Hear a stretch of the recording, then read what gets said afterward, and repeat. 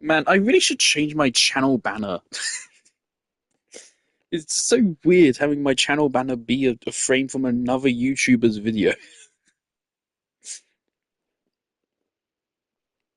My channel banner has been, oh God.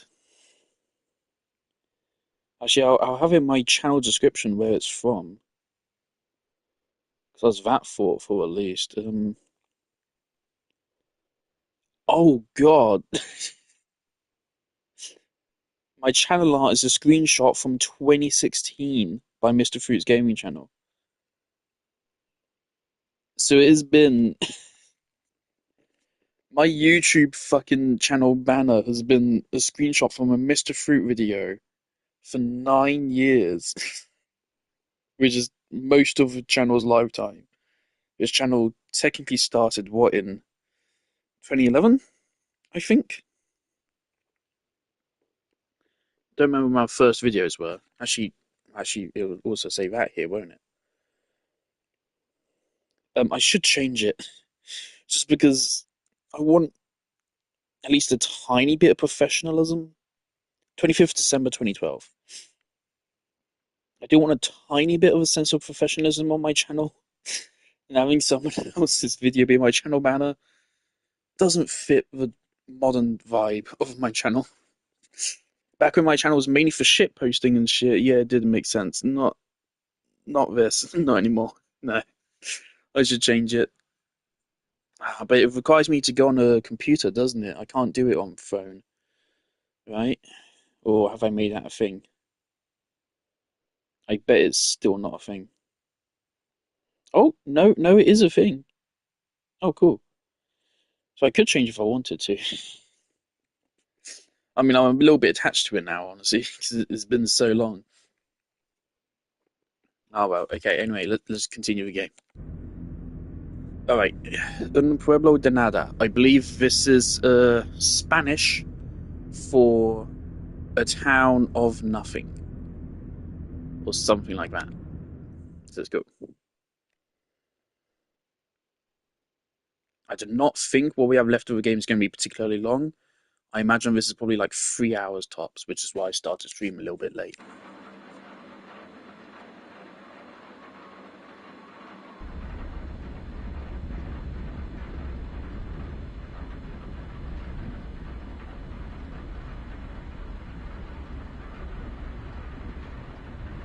Honestly, you can probably tell from that's why I posted those two musical segments. Conway's disappearance actually had me a little bit rattled. I didn't realize how invested I was in his character, but I think I actually was quite a bit. And I realized, you don't play as him once in Act 4. You don't play as Conway a single time. Which I think I almost mentioned a couple times, like, when are we going to play as Conway? But yeah, not even once. That's just something you can notice throughout the game. The further you get, the less control you have over Conway. Obviously, a major incident is when he takes a drink of a distillery. No matter what, even though I very much tried to refuse to do that, he still did it. And so that's interesting. I think the story wraps up well. Maya.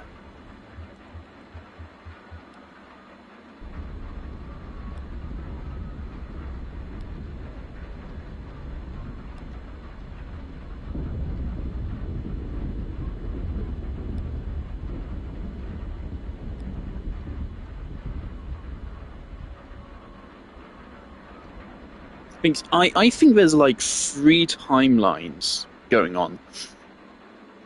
Not like multiverses. I mean, the story has 3 separate important time frames. I think there's Lula Chamberlain with her friends in the past. There's our main cast of Conway, Shannon, and everyone the fuck else in prison, and I think then Emily, Bob, and someone else in the future narrative. I think here. And somehow we're seeing a little bit of Emily's group in the modern narrative, I think.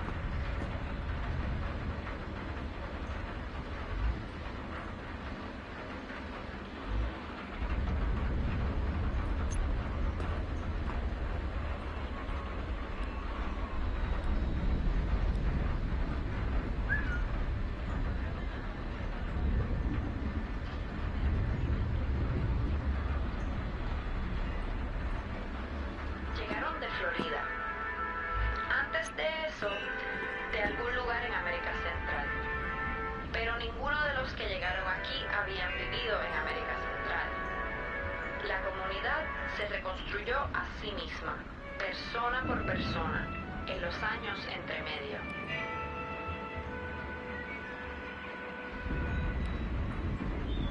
El pueblo construyó docenas de estructuras durante su tiempo aquí. La única de estas estructuras todavía en pie es la que llamamos el databank de video, la cual construyeron con el propósito de ser una biblioteca. Pero hasta ese Alright, edificio so we've ha seen sido this group modificado y around reparado the museum, extensamente. which we found earlier, Probablemente ninguna de with las all the estructuras houses in them. presentes son originales. Las We otras saw them in the estructuras basement construidas of the por el cruise pueblo oils. fueron destruidas y recicladas We saw durante them su in tiempo the aquí. museum of Lula's creations, and La now única they're razón making por la cual some kind conocemos of de esas esculturas o cualquier otra cosa del production pueblo here which es seemingly por las relates to anotaciones history. detalladas que escribieron, sellaron y preservaron en la biblioteca. Este fue su credo. I'm curious. Todo es un experimento. Eran una comunidad científica. Ellos creían que los comportamientos humanos, físicos, sociales, psicológicos, emocionales, espirituales, todos estos comportamientos son fenómenos que se forman a base de su ambiente.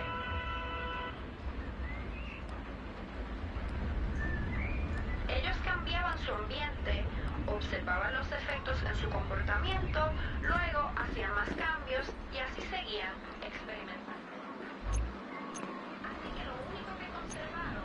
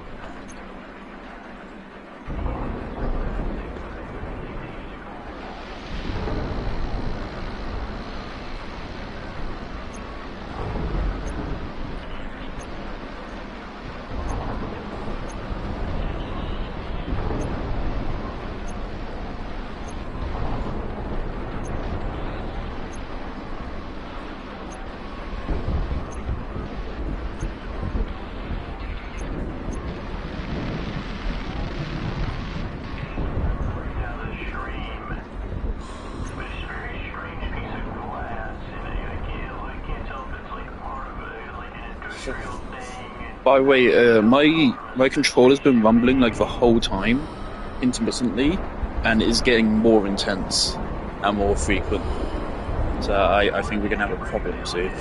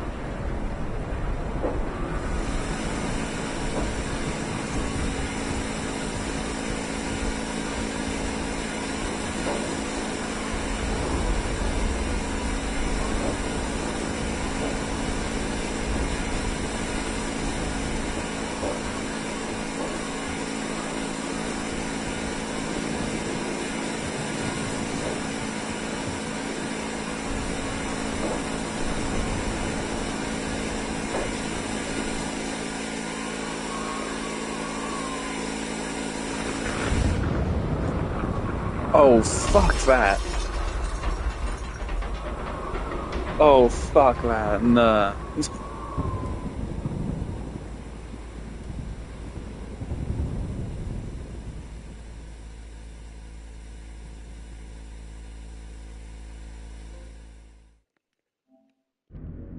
That's it.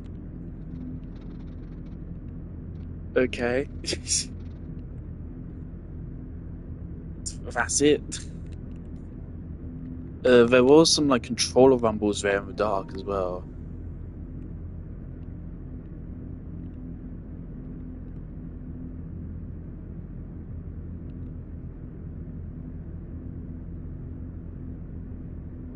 So at first it was static, and then Weaver just became clearly visible.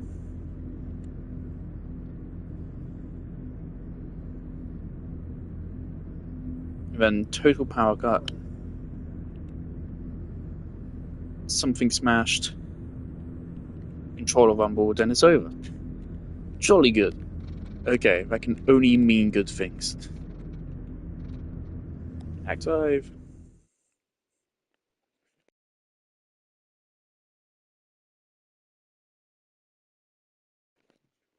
Oh, we're just in. I don't think any of the acts have just said just immediately scene one. Everyone has had some kind of cold open, I guess.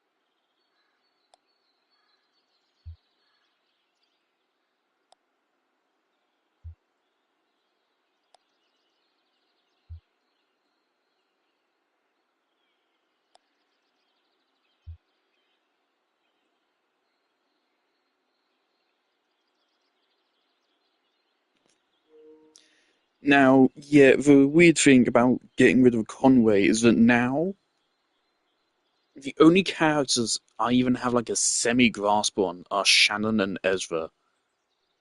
I'm I don't even remember where we met Clara. I assume she's on the boat. I don't remember.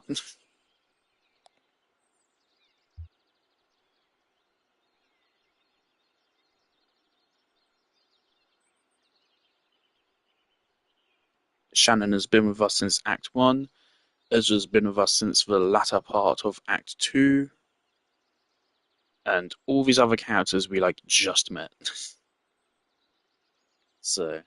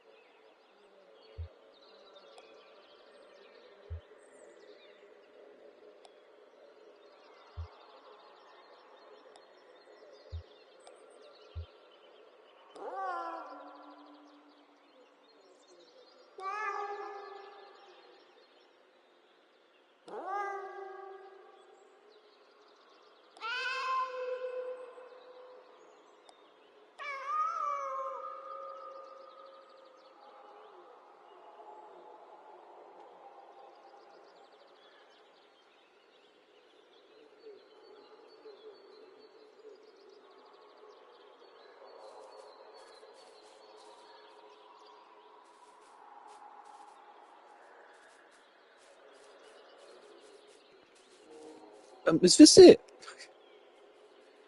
Is it just a bunch of tables, a table, bunch of chairs, and like a big fucking shelf, and then a crate, maybe with some more stuff in it?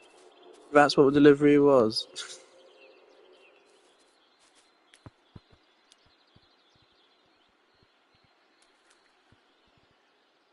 A little bit scared of those people, but that's all right.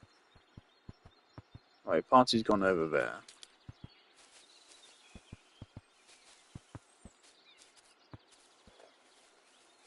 And if it weren't obvious, I'm controlling this dragonfly.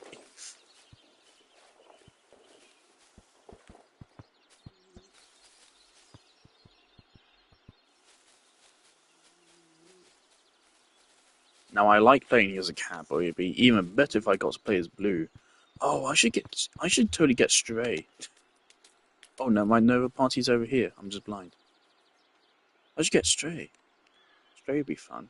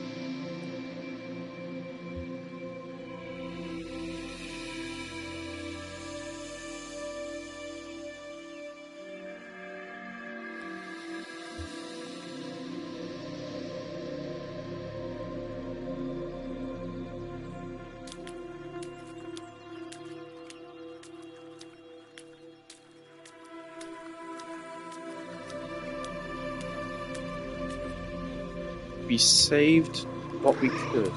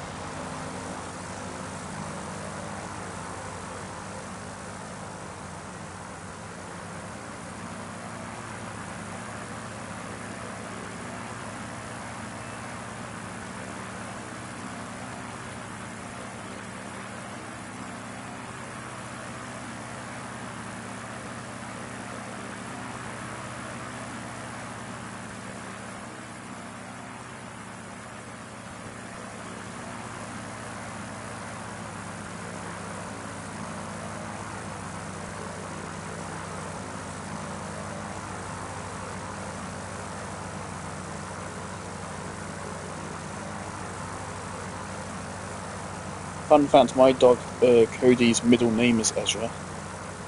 Cody Ezra Morris. Why are these like black figures everywhere that disappear sometimes?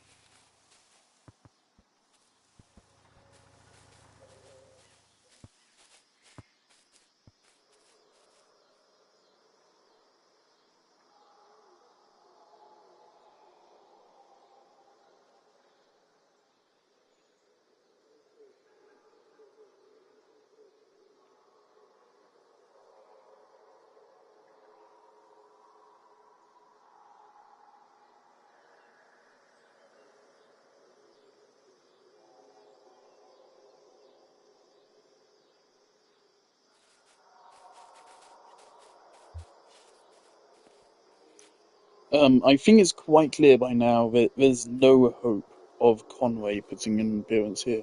I think he's just gone completely. We're never seeing him again.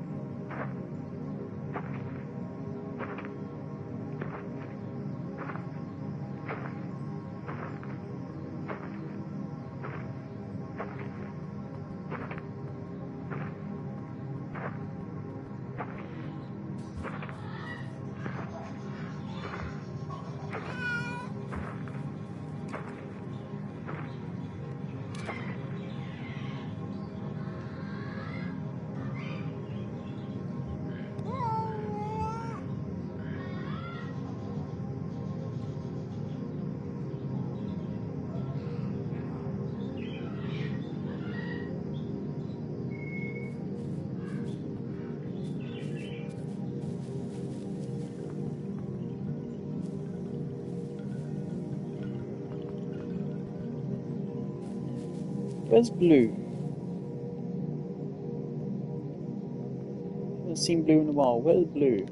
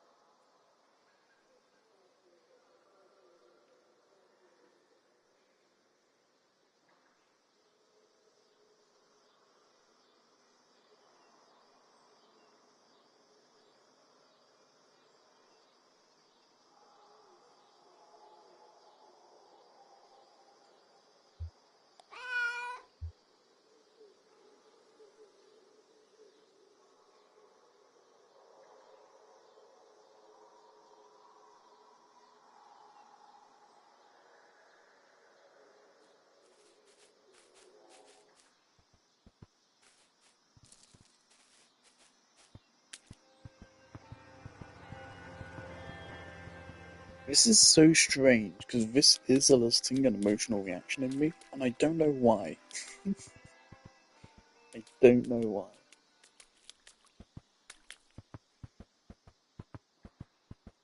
Where's Blue? It's been ages since I last spotted Blue. Where did we last see him? Trapped.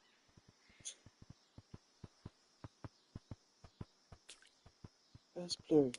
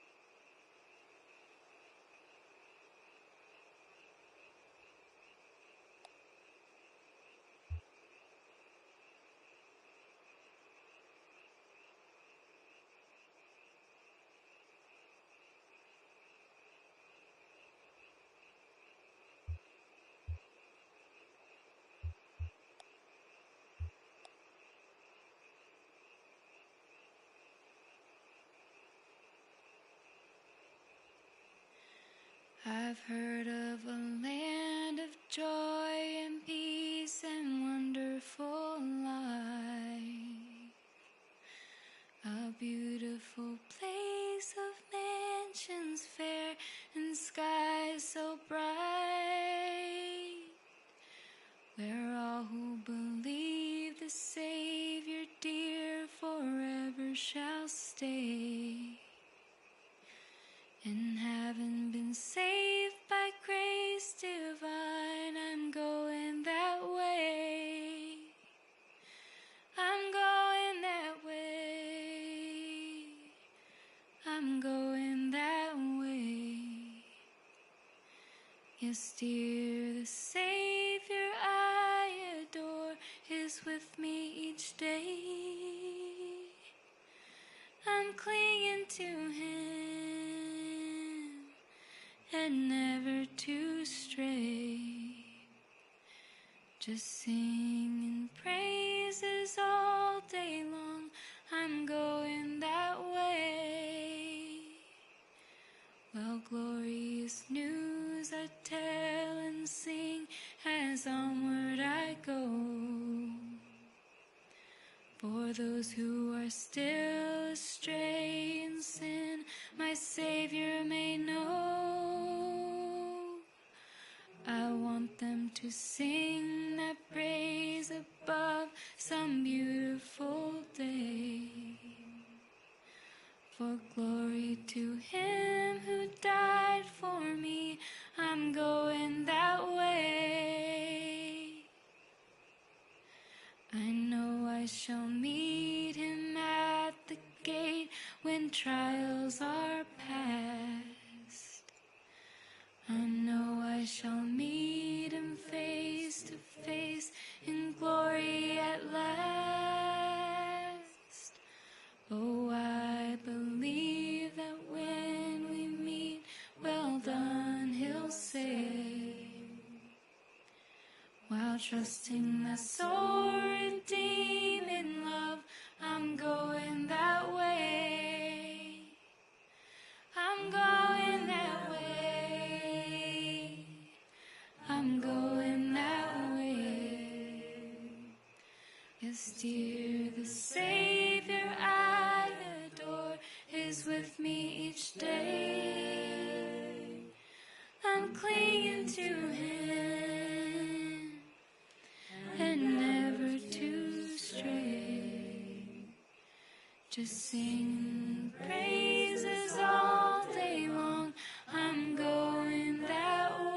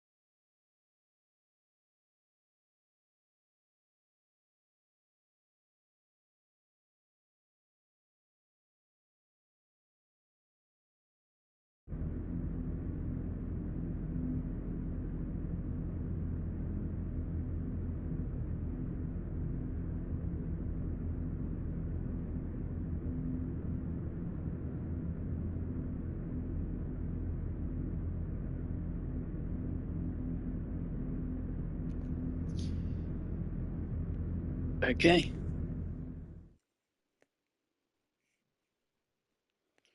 Death of the Hired Man.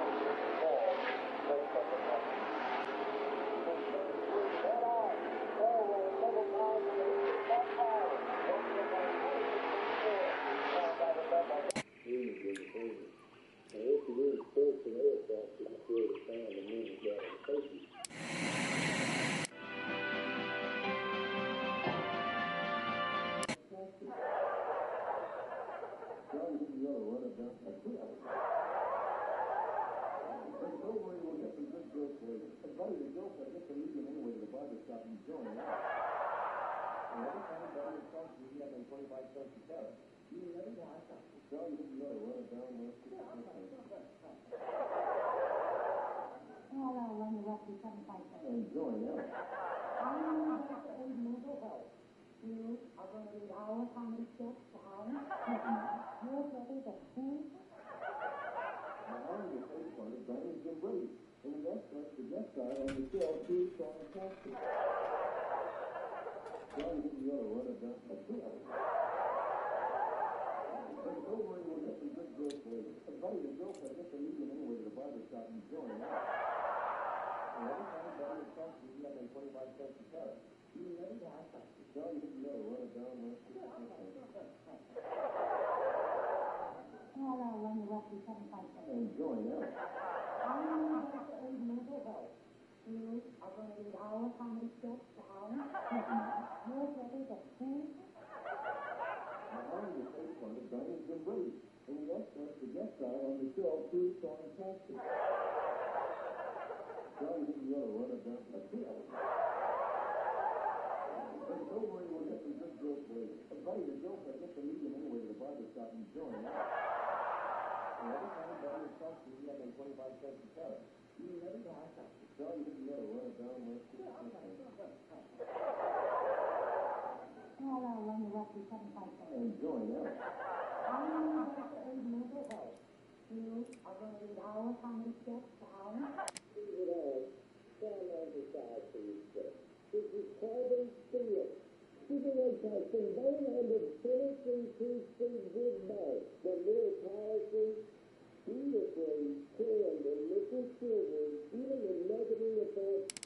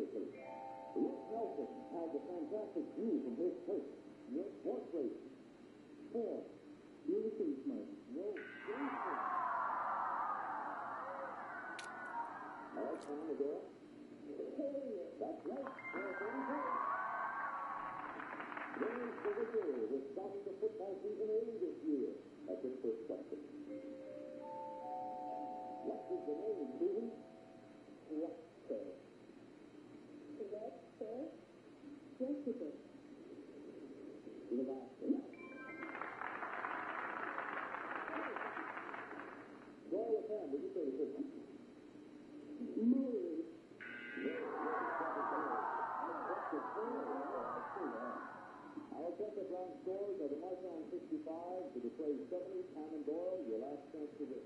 On the top. Play at it. Anybody there? Yes. I'm sorry. Common Doyle, he's not going to first green on green ball. That's what it's going and going. That's absolutely right. Would you all watch here, please? Rick Nelson has a fantastic view from his first. Nick, horse race. 4. You receive, Mike. No, Jason. All right, Tom, the girl. That's right. James Bigger was starting the football season early this year. That's his first question. What is the name, Susan? What, sir? What, sir? Jessica.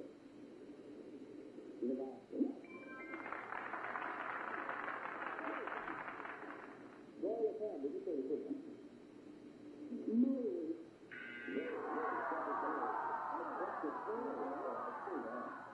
Our second round scores are the Marchon 65, the Detroit 70, Common Doyle, your last chance to win. On the top. Play at it. Anybody there? No. I'm sorry, Common Doyle, he's not going to first green on green ball. That's what it's going and going. That's absolutely right. Would you all watch here, please? Rick Nelson has a fantastic view from his first. Nick, horse race. 4. You receive, Mike. No, Jason. All right, Tom, the girl. That's right. James Bigger was starting the football season early this year. That's his first question.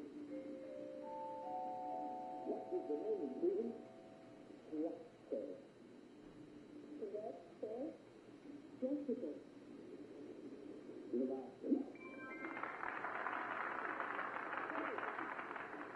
Gloria Sam, did you say the first one? Move.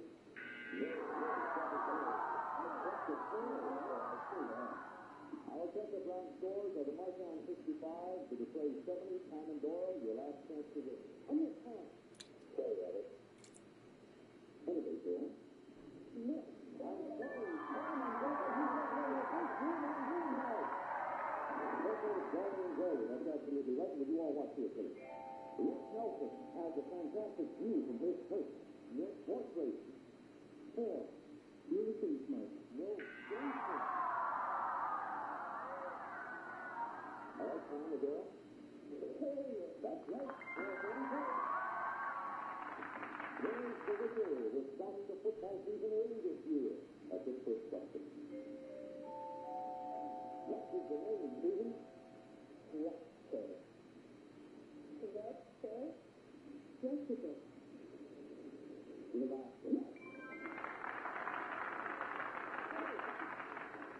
Gloria Sam, did you say the first one? Move.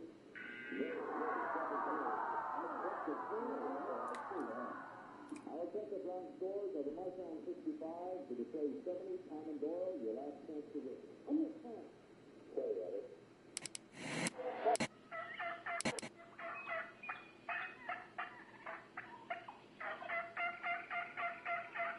Don't get confident things and confidence in the it's very replay the thing. That one thing that go up and just take him out for the phone part and then just tell him to pay, not let the hand get in between you and him. That's all I need. That's it. As much money as you want to, you can buy as much as you want to.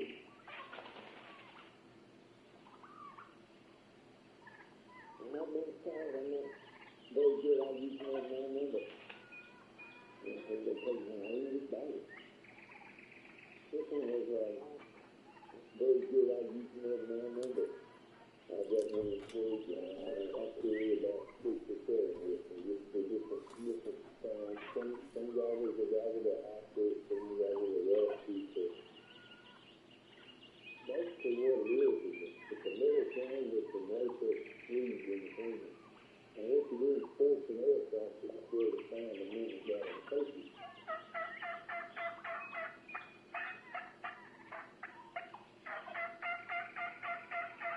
Don't get confidence things and confidence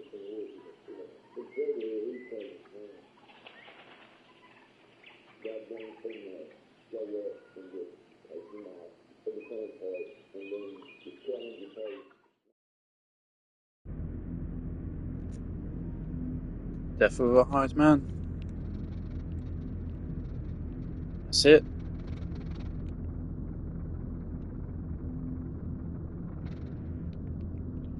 Why does it say Citation Mustang at the bottom?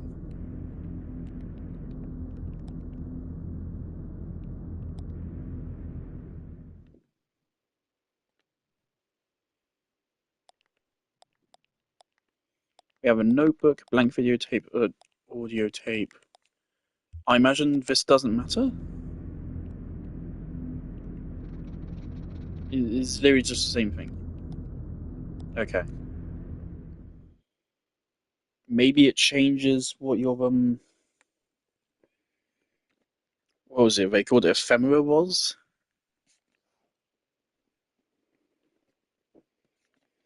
Um Honestly, in a way, that was exactly what I was expecting. I told you, I said, is gonna be an ending where it's not very clear, and it most definitely was. We we never really found out who ordered the antiques or why. We don't know if it was a person. We have no earthly idea. Weaver is awfully suspicious, though. Weaver kind of orchestrated everything that happened in the story, didn't she? If you think about it, Weaver got Conway and Shannon together, and I think she led them to the mines. She put them on this road, and then seemingly she also caused a storm there. So I bet there is a lot of concrete narrative you can put together if you really analyze everything, which I will look through what other people have said.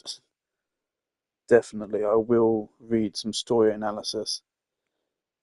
For that final chapter, I was tearing up for a lot of it. I got really close to crying, actually. I don't know why. I don't know why. Honestly, the moment the text started appearing on stream, the moment we actually got to 5 Dogwood Drive, it started to hit.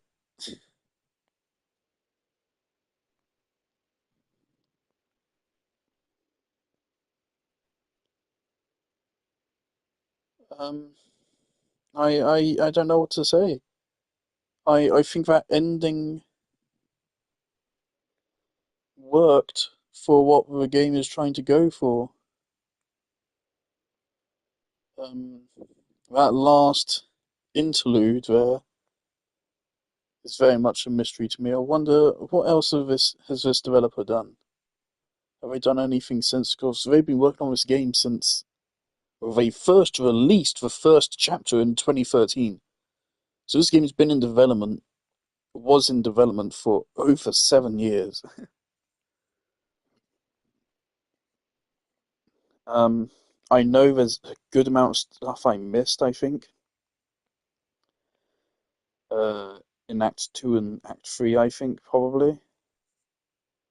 The latter half of Act 2 and Act 3, I just didn't like. I did not like those. But Act 1, I really liked. The earlier parts of Act 2, I liked. Act 4 and Act 5, I really like. The interludes, I like them as well. I'm very entertainment. um,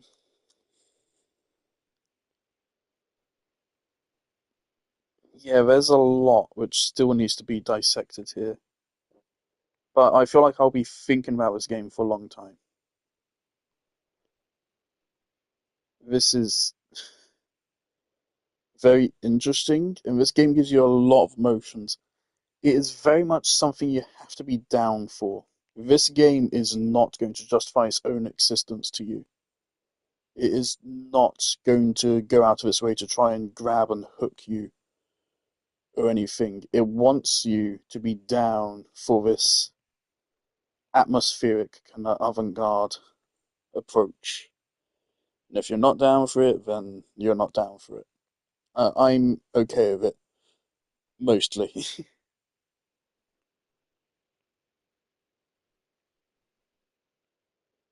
In all this, I just hope Blue is okay. I don't think Blue was at Dogwood Drive in that final shot. I think she lingered at the grave for a little while longer.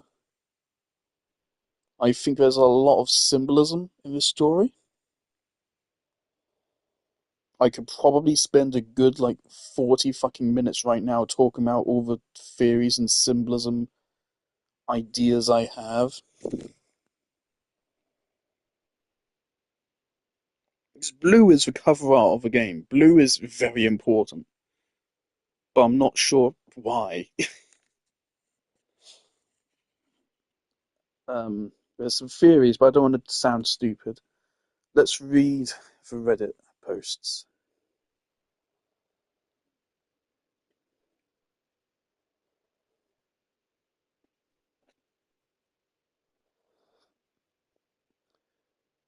Pine Box Derby 5 years ago. I was a bit disappointed and frustrated for most of my playtime of Act 5. I kept waiting for something more to happen. However, the moment it was over and I reflected on the experience I'd just had, I was basically floored. 5 can be challenging, but it brilliantly clarified and recontextualized a lot of the themes and ideas of the game for me. Here are some of my scattered thoughts. I may be misremembering details. Kentucky Route Zero also had elements of a ghost story to it, but I don't think it was ever pushed to the forefront like here, with apparitions roaming the town and with Weaver's renewed significance. The promotion of Emily, Ben and Bob from spectral Greek chorus, to a full-fledged cast contributes to this feeling a lot as well. Weaver isn't the only ghost in the story anymore. Instead, every character and location takes on a ghostly quality. I absolutely concur. Obviously, like I said over stars, like I think these are like different timelines or whatever, and then they all intersected. So yeah, I get that. Every character and location takes on a ghostly quality, spirits roaming through a world as an echo of its former self. The fact this turns out to be a circular narrative reinforces the previous point. The story thus far has had a pretty strong linear propulsion, framed as a journey with a clear destination, but the fact it turns out to be a loop, zero, imbues the world with a timeless quality. Speaking of a circular narrative, I love the bookends from a purely aesthetic point of view. As the aforementioned D20 and Buried Horses, the cat versus the dog, the sunset of Act 1 versus the bright sunlight of 5. Hell, even the new circular chapter selection menu is beautiful. V5 flows back into 1 really beautifully. That is something I kind of picked up on. It is a bit circular. It's not literally circular. I don't think our group at the end was literally the ones that sent out the delivery order for the antiques, but I mean, they kind of almost explicitly said about, a very similar thing to Outer Wilds, and other things which I'm struggling to recall right now. Clair Obscure of moving on and the new generation. Um,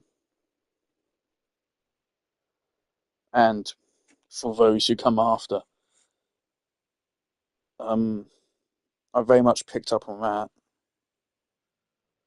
And yeah, obviously I directly compared the cat to Blue. So yeah, there are a lot of parallels between the beginning and the end. And also obviously I picked up on Conway's story of the horses dying, and I was very much questioning what all of that was about. I was questioning if maybe Conway somehow actually lived there in the past or something. I don't know. Um, this game is based on magical realism ideas, which the best way to describe it is literally what the name is magical realism, which basically kind of, if you want to be a little bit reductive, is basically just random bullshit go. Whatever the fuck we want to happen, we can make it happen. That's basically what I think. All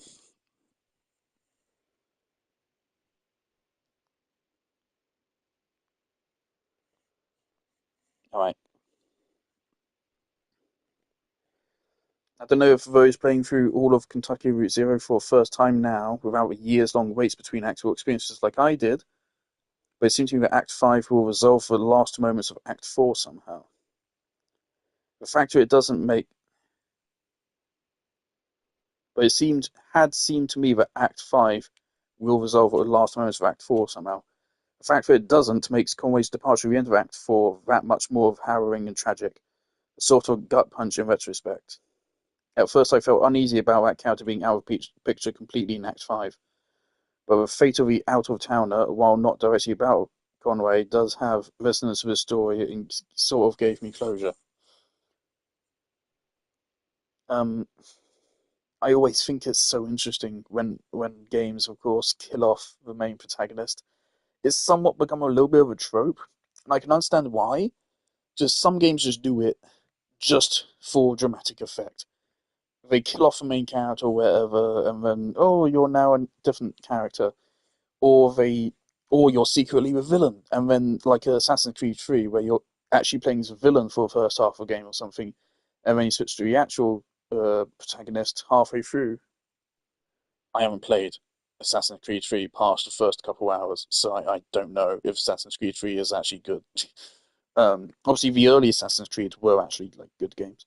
Um, so Assassin's Creed 3, I don't know, but it's the first example which comes to mind for me. Um, but those are like moments where there's no depth to it. There's no reason to it. But here, Conway's death, if you can even really call it that, I don't know. Why was he a robot skeleton thing? You can tell it's him because of like the posture and the body structure. He has way more broad shoulders than the other skeletons, so you can tell it's him. He literally turned into one. I don't understand it, but you can effectively call it a death because he's going to be trapped there forever. It seems.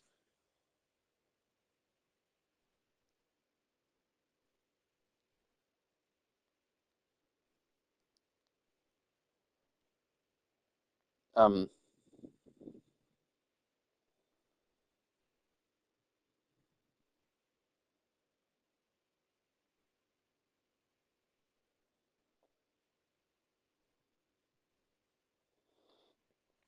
Oh, here we go. Okay, I just took a peek of this person's next paragraph. This is something which, yeah, I got. I really like this. Okay. I'd been put off by the increasing size of the cast and the loss of interactivity in Act 4. Me too, like the newer characters. I was already having problems remembering some of the characters' names, and then in Act 4 we got like several new ones. I think I completely lost it by that point. Um, the increasing size of the cast and the loss of interactivity in Act 4, losing focus of the protagonists. But of course now I see that Kentucky Route Zero was all about a gradual transition from an alienated individual to community. And this transition required us to sacrifice our precious player agency, ego death, as one of the creators said in an interview. In that sense, despite the individual tragedies that these characters carry with them, we end on a really beautiful and hopeful note. That moment at the very end of Act 5, when you walk from a funeral to a house along with the rest of the community, captures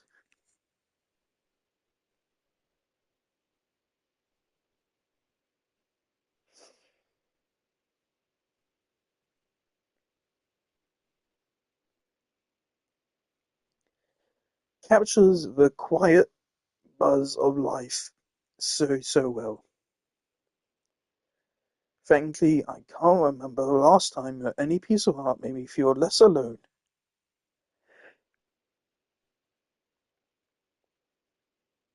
And convinced me more about the power. I'm literally just reading Reddit's comments.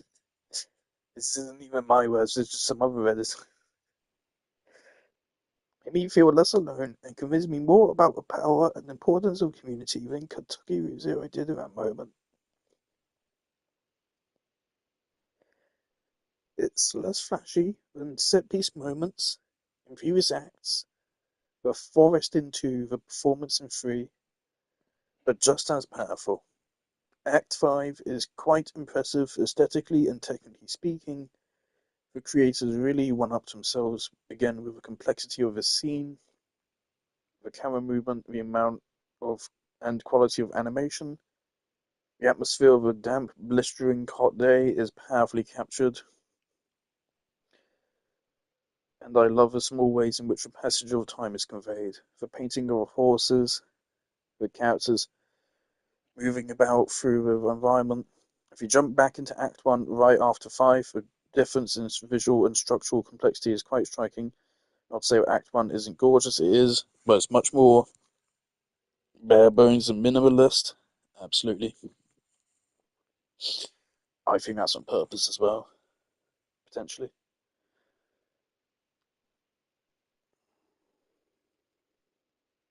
Fuck, I lost my spot. Consumers are greedy and kind of juvenile. We want our player agency, we want our narrative climax and our loose plot threads tied up. In that sense, Act 5 is frustrating. However, I've always admired art, it's mostly literature that does this, that doesn't satisfy you and that's not afraid to be anticlimactic and lets you reflect on its themes and find closure within yourself. Because the creators of Kentucky Route Zero have created an emotional, thematically rich, and intellectually stimulating piece, they can pull this kind of thing off. If you look at it that way, I can't imagine a more appropriate ending than what we got here.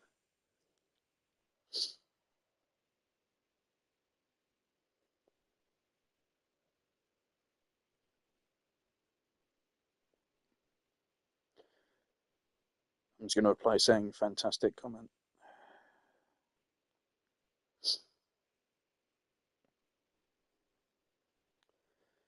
Fuck's sake, I just cried over a fucking Reddit comment. Oh dear. I think there's something in the use of Roman numerals that supports this as well. Particularly, this is Dr. Maddock. Particularly with the way the act circle portrays the numerals as infinite. Act 1 begins with a solitary character on a journey. Act 2 begins with Conway and Shannon. Act 3 adds Ezra at the start. Each matchstick represents a collection of individuals you play as. Yet Act 4 very much begins to portray the community, with Conway standing apart from it as he grows distant and falls into drink. After he removes himself, Act 5 solely focuses on the community aspect, and the 5 in the wheel seems to travel outwards further.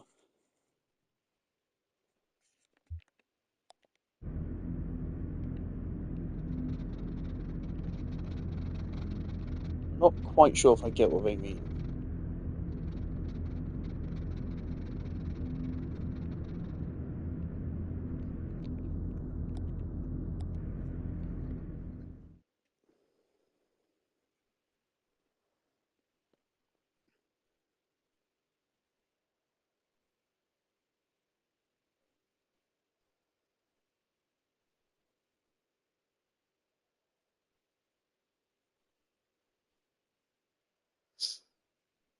Later, Fabula. It's going to take me a good while to process everything as a whole. Thematically and visually, this was a stunner of a way to wrap up after 4 acts of wandering in the dark, sinking further into despair with only mild whispers of a beauty that might still remain in the world. By the way, I was really fucking sad that Carrington's play failed. I mean, it was really obvious. I don't know if I mentioned it, but obviously, the whole time it was like, oh yeah, my actors aren't showing up, my audience isn't showing up. I'm like, he's literally just going to be waiting here.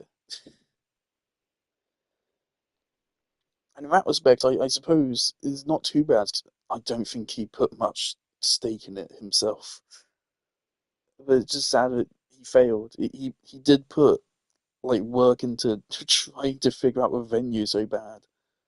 But I'm wondering if there ever even was a cast. Like I'm wondering if there ever was any actual cast members he actually hired, and if he ever had an audience that knew what was happening. I think the man might have just been wandering around saying, "Oh, I'm going to put up a play," but didn't think about any of the other things involved. But I'm a little bit sad he didn't get to actually do it.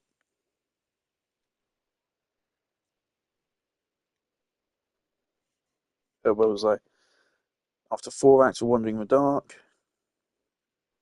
sinking in further despair with only mild whispers of a beauty that might still remain in the world, we resurface to find that the sun has risen. Up until this act, I always felt we were one step behind life, seeing only what was left behind, with no hint of what might come after other than death. I mean, might be drawing unintended messages in the symbolism, but in this act we see something different. The acceptance that comes after the despair, mourning and grief. A colourful village where, even though many people and neighbours are gone or have passed, we can remember what they were, what they meant to us. Even those who move on to new places will carry with them a piece of what happened there, memories of little things that seem so meaningless but a part of the tapestry. It's certainly no utopia, but for the new ones that arrive, for those that stay, for those that are lucky or savvy enough to avoid the chains of the institution, we see new families, new life emerge. And as unlikely a family as they may seem, like two robots who adopt a child, symbolic of non-traditional families perhaps, we see hope. Like an old VHS tape in the mud, this place might just be salvageable if you clean up and care for it. Something else I wanted to add, there was a strong "For Whom the Bell Tolls" vibe for me with a funeral for the neighbours.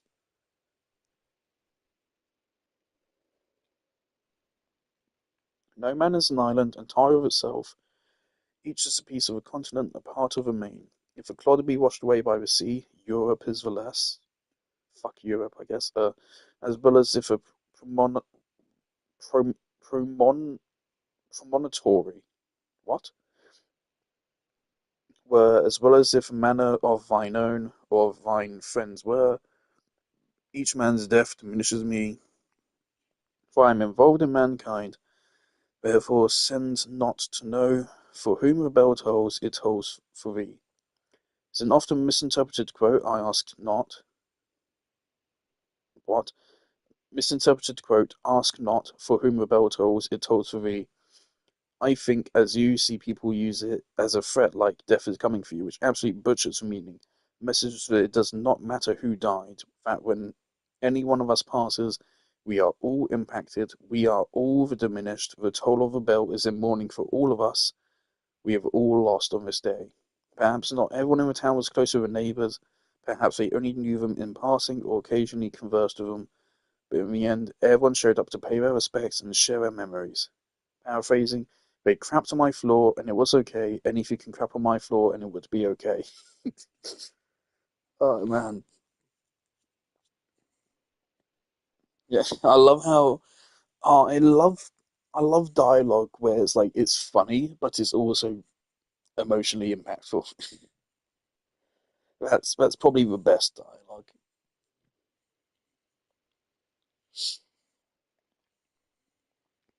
I did catch that, of course. I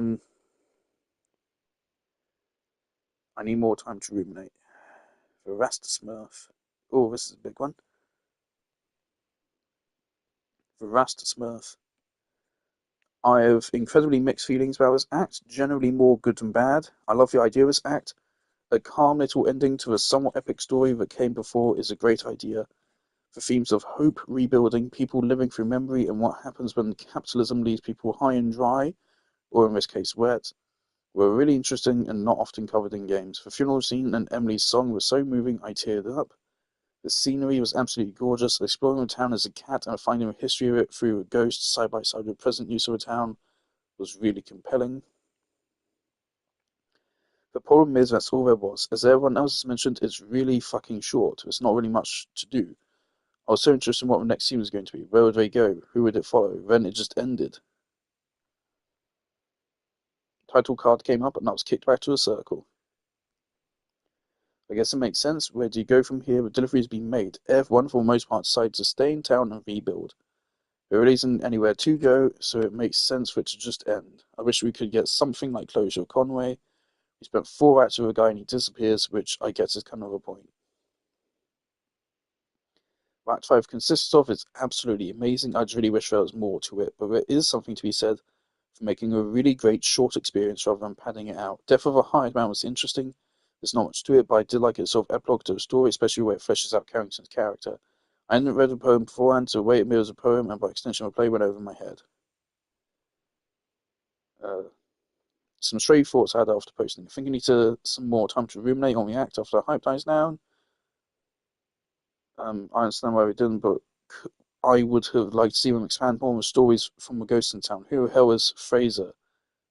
What was the seer's path forward? I feel really bad for Carrington, poor guy.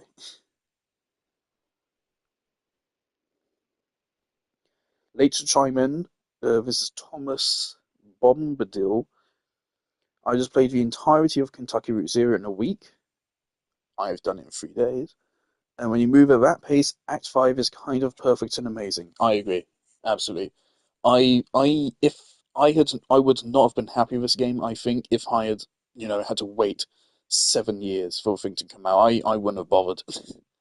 I would not have bothered. I probably wouldn't have even played past like Act 3 or even Act 2. But because I knew going into it that this was not a very long game and that I didn't have to wait, it worked.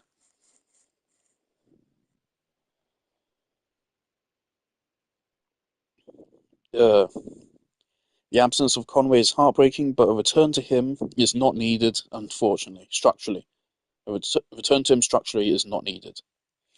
The tragedy is honest, the time spent with all the townspeople is bittersweet, send up to a ruined locale, just like a lot of places and people I met on my way there. At least this time I got to spend time with them and pray through song. Totally understand playing Kentucky Route Zero for 5+ years and wanting more. Totally understand that. I don't know how developers did it, but we managed to not do too much of Act 5 for games like myself.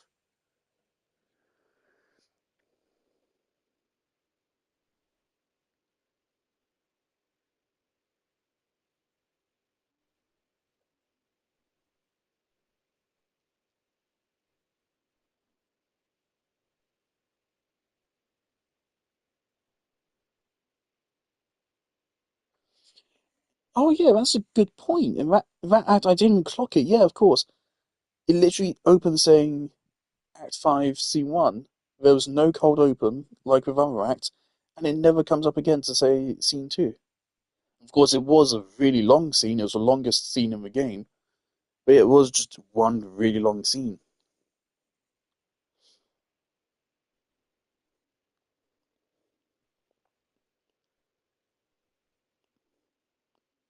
And I was just thinking, why do they have a TV?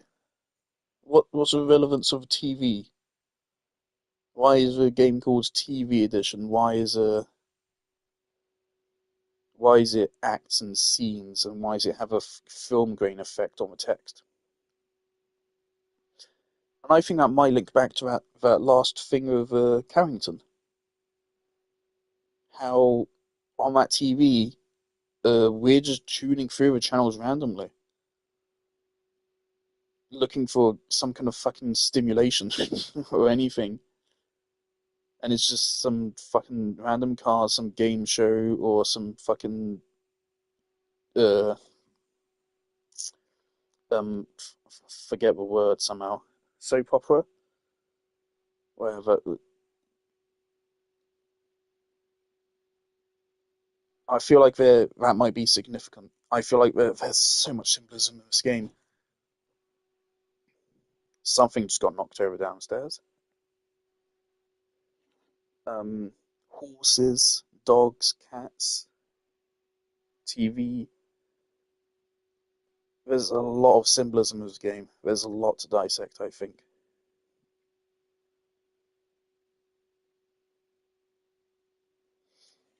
Okay, back to a comment.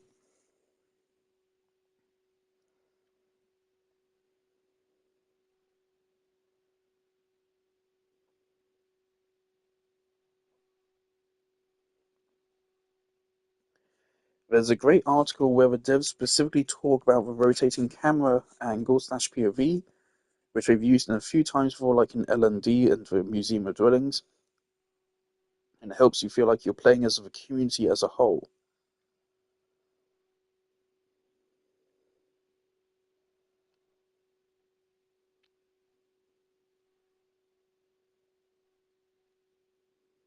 Okay, I'm gonna read this. So this is a quote from the developers apparently in an interview. So that sort of brought it back to the way we treated the previous scenes, where it's more about singular space using observational cinema. We've used this like circular camera or this sort of orbiting camera behavior in a couple of times before, like in the interlude, limits and demonstrations, and then in the Hall of the Mountain King. If I feel like it's part of the vocabulary of the game, like the same way that some of the other camera frameworks. There's a single Marquez farmhouse scene where the camera's just tracking inward the whole time, or tracking forward the whole time, or some other ones where the camera's just fixed. For repetitions, some of the different camera structures connect to different scenes. We wanted to honor that way of living, of being found in a found family or in a found community. Our vision for it was that by the time you reach Act 5, there's really no central sort of ego, says Elliot. You're really playing as a community. I absolutely got that sense, yes. But we're literally just a dragonfly leading a cat around by the end.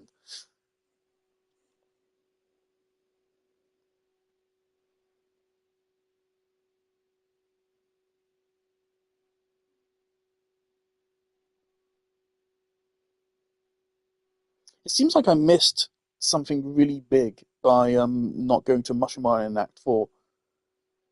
That's unfortunate because I kept on ignoring the options which left you to stay on the boat, but I wanted to do one of the ones which let you stay on the boat, and I chose that one, and apparently I chose wrong.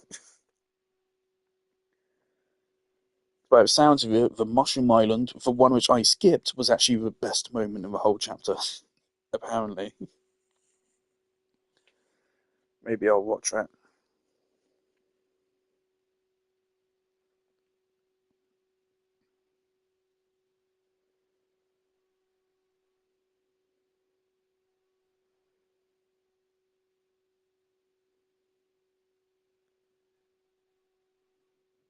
Miss Schultz, instead of giving us what we wanted, I feel like it gave us what we needed. Life doesn't always, as cliche as it sounds, life doesn't always have happy endings. To me, the ending was processing through grief, how to move on when you've lost something, someone you love. But at the end of the day, you move on and keep living.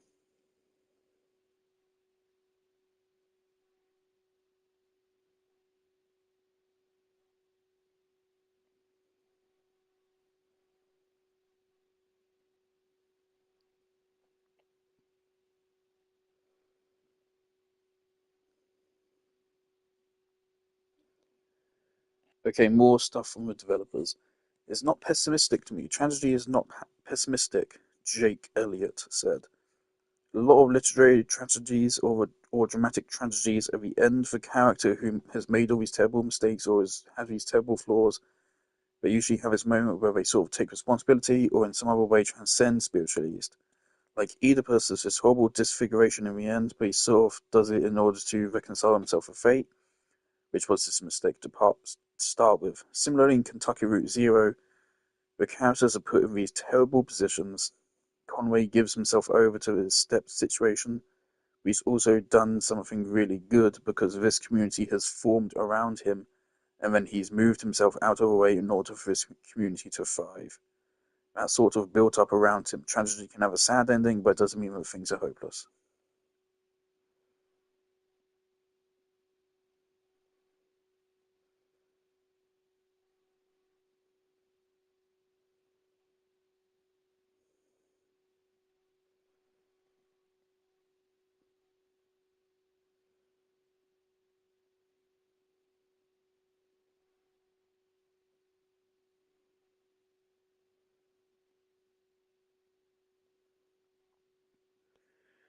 Okay, Morgan Dorks. I've alluded to it elsewhere on here, but I think for Lucy is Kentucky Route Zero's 5 acts. It's quite noticeable how the Act 5 discussion is by far the biggest. There's way more comments on this one than any of the other discussions. The other one had like 10 comments. This one has 133. This one's way bigger. I alluded to it somewhere elsewhere on here, but I think for as loosely as Kentucky Route Zero's 5 acts may have previously adhered to a traditional dramatic 5 act structure, it helps to consider 5 Act 5. I'm talking too much. I'm going to start losing my voice. A proper denouement. The end of Act 4 is so powerful and painful, wandering down to a boat at the bottom of Salmonidas with This World Is Not My Home in the background hits like, say, a truck carrying antiques that we need for catharsis and cleansing of Act 5. This is a game very much about the human wreckage of capitalism. Your journey is dark and full of dead and dying things. On the Zero, in the underworld, you don't cross the river Styx. You ride along it, and you see little more than echoes and sadness. It's no accident that your journey, your ascent, cough cough, at the end of Act 4 ends with the dawn and a chance to rebuild in the beginning of Act 5. Hold on.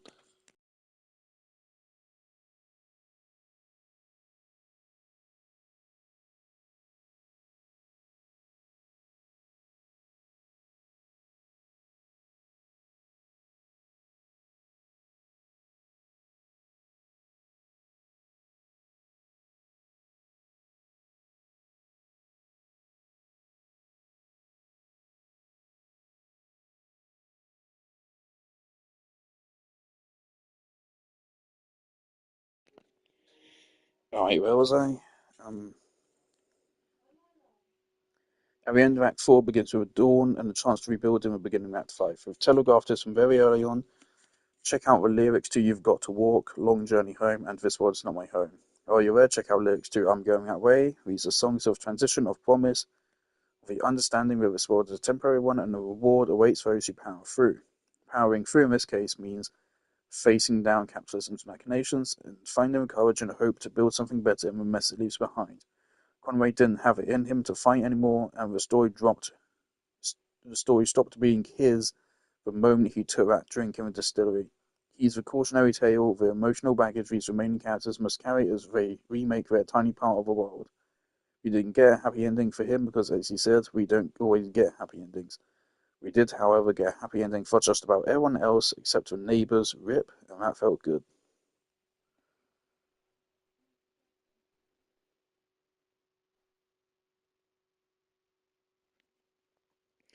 Yeah, there's a lot of, there's so many references around the game to the power company.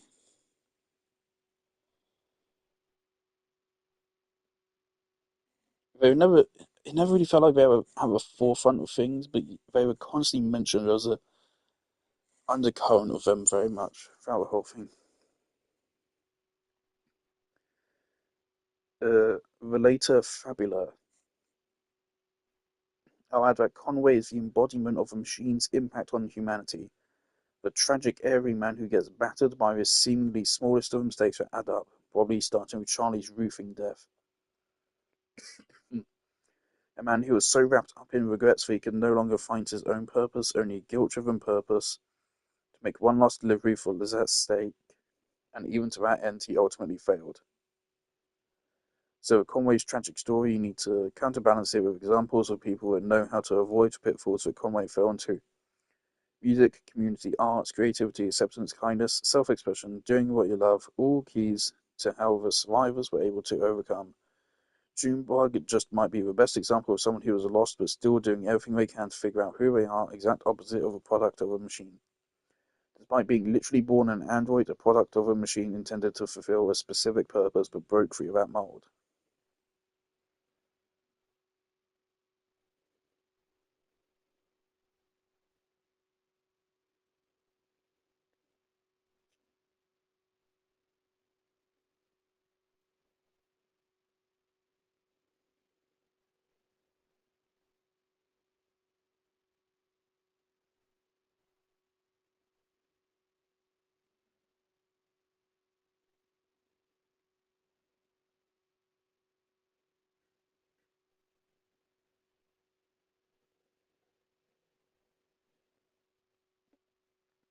In my ending, Weaver was sitting on the steps of 5 Dogwood Drive.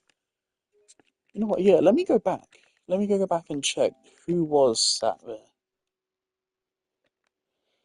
Um, Obviously I clipped it, so I have it.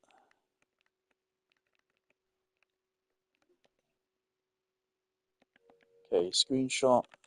Let's look at a screenshot.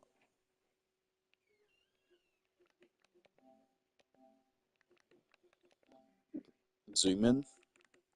Oh, that's low res. Yeah, that is that Weaver? Oh shit, that might be Weaver. Sam at front, next to Shannon. Kinda hard to tell.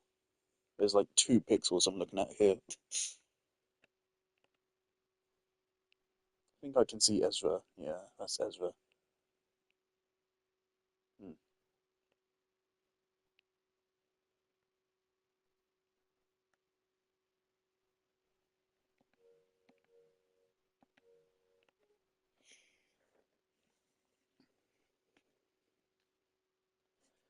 Wonder Bread. I fucking sobbed over Burial. This is a gorgeous and absolutely incredible ending. This is exactly the story it needed to be, and I loved every moment of it. I really loved all the little hints and callbacks to earlier acts. I also noticed Julian's shadow flitting around at various times, still watching over Ezra.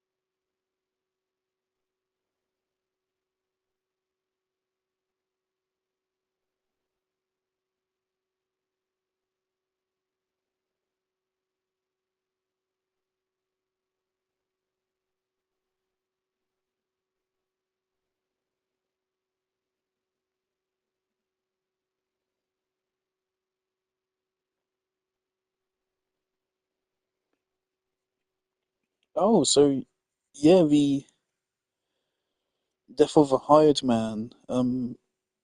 You can. It's not actually. You have to find Carrington in the previous chapters. Otherwise, it doesn't unlock. That's cool. So I actually kind of almost got a secret, if you can count it as a secret.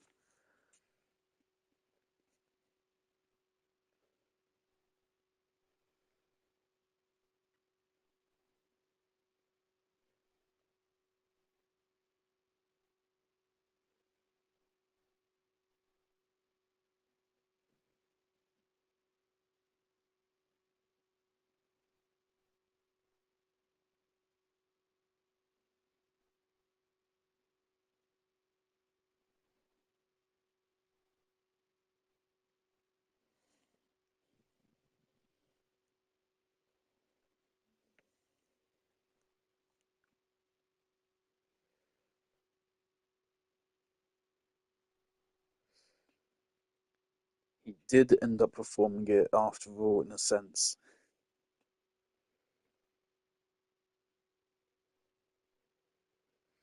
For clarification, you only need to interact with Carrington in Act 1 to get the interlude, but obviously you won't have any context for what his deal is if you didn't interact with him during your playthrough.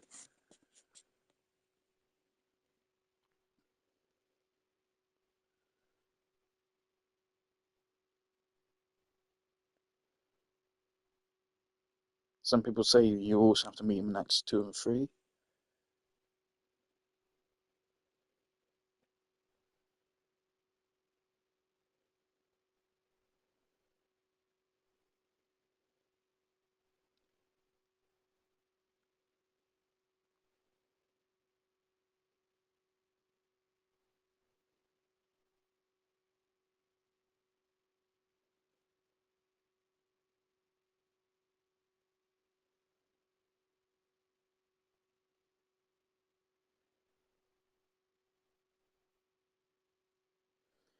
Oh wow, as one person leaving a really, really mean review, I'm gonna not give that any attention.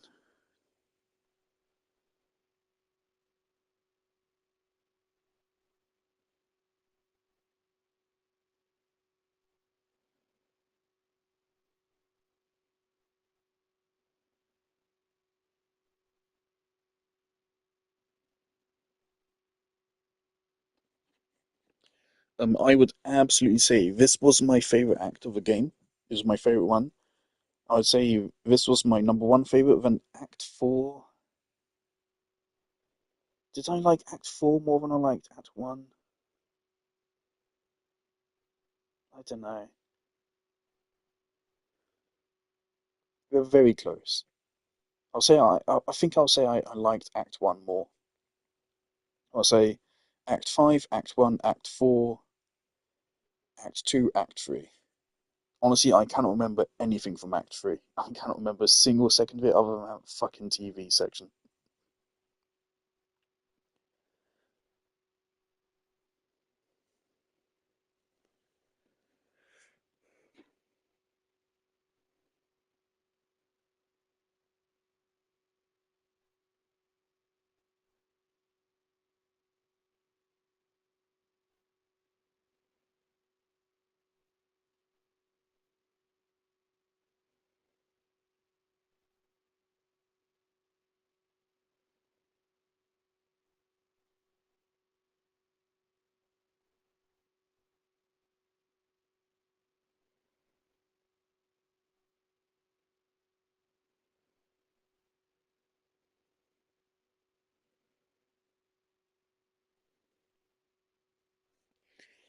Worthless parole.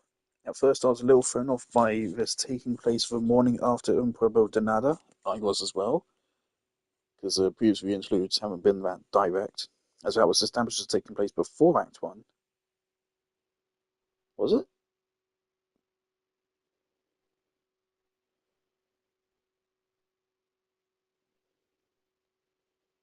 If it was, I did not pick up on that. Established as taking place before Act One, and that Emily, Ben, and Bob were ghosts. Not the case, obviously, the game's up to something that isn't that straightforward.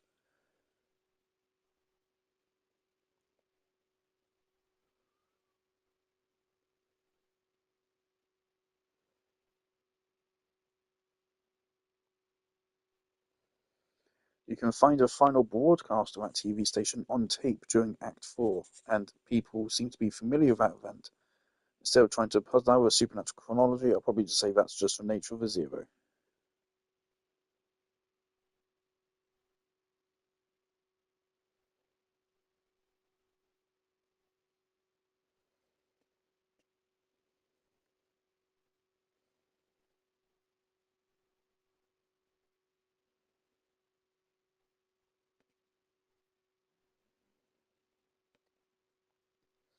Spiral of our div.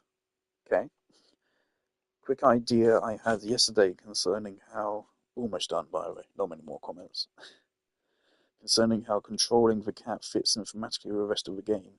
I think the overall theme of the game is distilled and simplified into a contrast between Homer/Blue and the nameless cat in Act 5. I agree, like, obviously, Blue is really important to the game. Actually, yeah, shit, I didn't check. I just have a screenshot pulled up. Yeah, Blue is not. It's genuinely hard to tell because the screenshot is surprisingly low quality. But I do not think Blue is there at Dogwood Drive at the end. I think she stayed at the grave.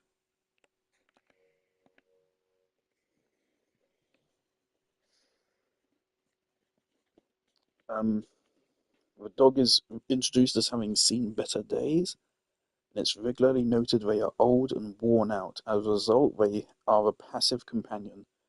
Fiercely loyal, but usually they just stay with the truck. They are always told to just sit around. In the end, our dog ends up abandoned by Conway in the Echo River. After an entire lifetime of being a loyal companion, this old, weary dog is simply left deep in a dark cave. It's actually very sad, but I just tell myself a switchboard operator adopted Blue and treats her very well.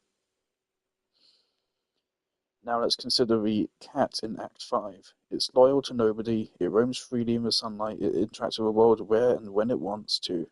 Almost every quality of a dog is the exact opposite in the cat.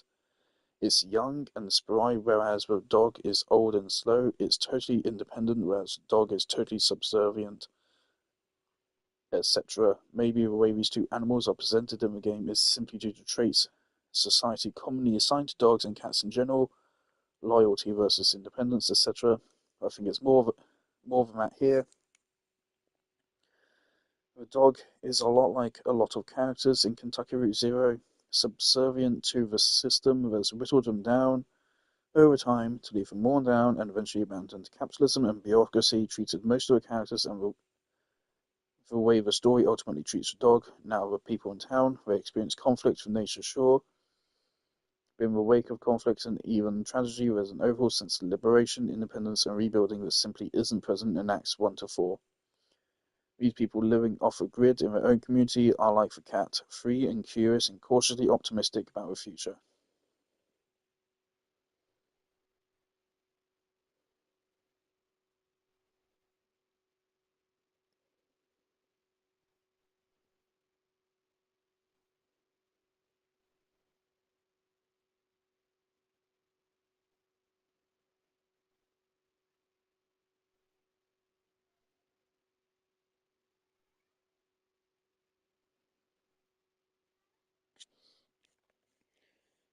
This person didn't realize Blue doesn't have to um, go with Conway. And they said, oh, it ruins my theory. I don't think it does. I think it supports it.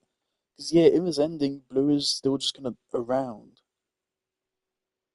Blue is kind of a honestly depressing figure to me a little bit because, yeah, she's just there. She doesn't do anything. She's completely old. She literally feels like just lingering and clinging on to the past.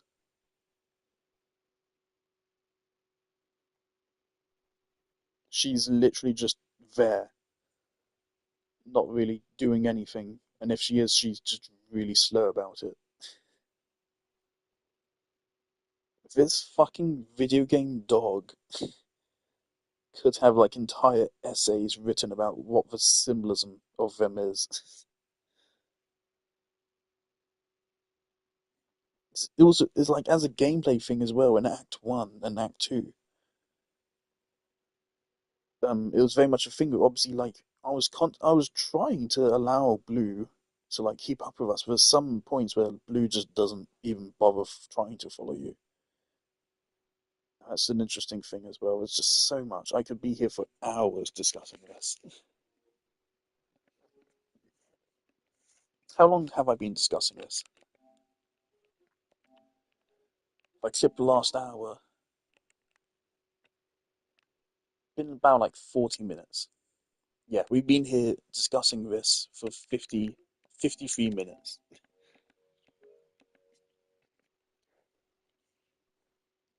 Um,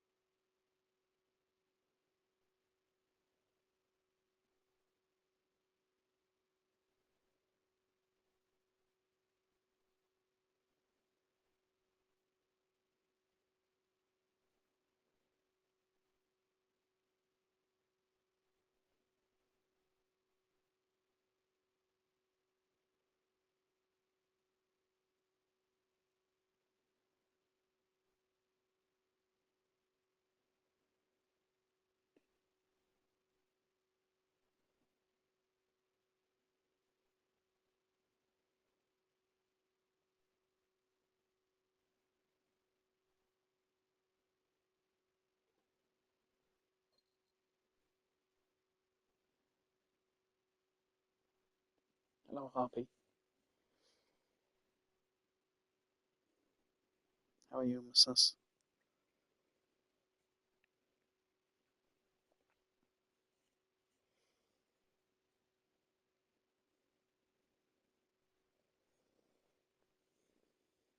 I'll probably be going downstairs. I haven't had dinner, so I'll probably be going downstairs to make dinner soon.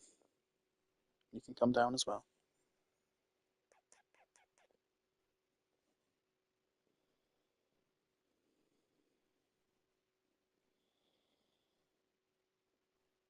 Watch where you're going. You know you're not allowed over there anymore because you keep knocking my stuff over. That stuff cost me a lot of money. She ruined my fucking Dragonite. In my room, I have my bed on my floor, of course, where else would it be? And it's pushed right up against the wall, but there's just a little bit of a gap between the bed frame and the wall. And it's like a solid bed. It's not like a. It's leather. It's not a metal bars or anything. It's solid leather. And my windowsill was just above it. So I had my nano block, which is basically Lego, but like way smaller. It's good. They do Pokemon. So I had my nano block Dragonite, which I just recently bought and built for 10 quid up there. The first thing, like Cody found it, my dog, he found it and chewed it up, completely broke it, smashed up some of the pieces. I had to rebuild it. So I spent an hour or two rebuilding it. And speaking of which, here's Cody. Coming up, mister. Come on. Hello. How are you doing? Doing good? Oh, thank you. Thank you. Thank you. Oh, thank you. Thank you. Okay. Have that. Have that. Thank you. Lie down, mister. Good boy. I was just talking about you, arsehole. So he chewed up all the bricks, and I just barely had enough spare bricks to fix it. So I was sat down there at like 11 o'clock at night fixing it, and when I put it back up on the windowsill for the rest of my creations, what the fuck was that? I think one of the cats just like fucking ran into my door. Um, and then Harper went up there, and because she's an evil person, she just kicked it off, and then it fell down behind my bed, and so I can't get it because it's behind my bed, and my bed is really fucking heavy. And if I moved it, I'd have to move literally everything in my room. So if I want to get that Dragonite back, it would literally be a whole day affair, unless I can get like a really long pole or something. If I could get like a cricket bat, I could maybe try to drag it over. But even then, it's still like in pieces. Like a bunch of pieces broke off, so no matter what, I'm not gonna be able to get it. So it's really teasing me. It's just down there now. It's gone. There's also an insane amount of dust and shit down there as well. It's disgusting.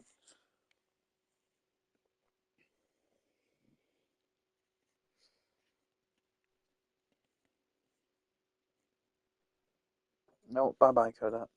He heard someone outside, so now he has to go investigate.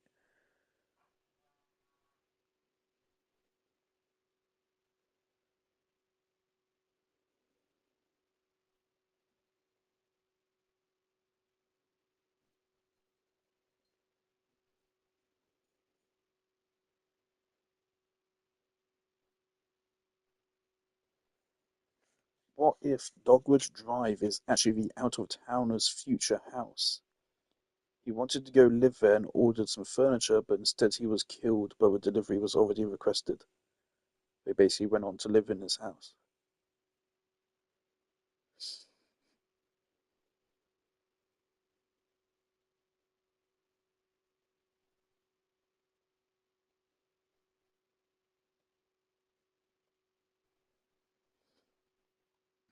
This is from the Op, Frozen Panda Man. Harpy, you gonna come back up here again? You come back up, or are you just lingering? Frozen Panda Man. I assume because he was an immigrant, that's why he was killed. An out-of-towner who they thought wasn't a fit for their culture. While a lot of the game's themes. What are you doing? What are you doing? While a lot of the game's themes came out of the financial crisis of 2008, they have said elements of a WEVP storyline, like what came as a response to the impact of Trump. Quote, one thing that hasn't changed is the game's focus on tackling social and economic issues, such as Kentucky Route Zero was initially inspired in part by the 2008 financial crisis. Certain elements of the game have been impacted by more recent developments. Elliott says the interlude between Act 4 and 5 was specifically designed to address the impact of President Trump, but otherwise, oh boy. Oh man.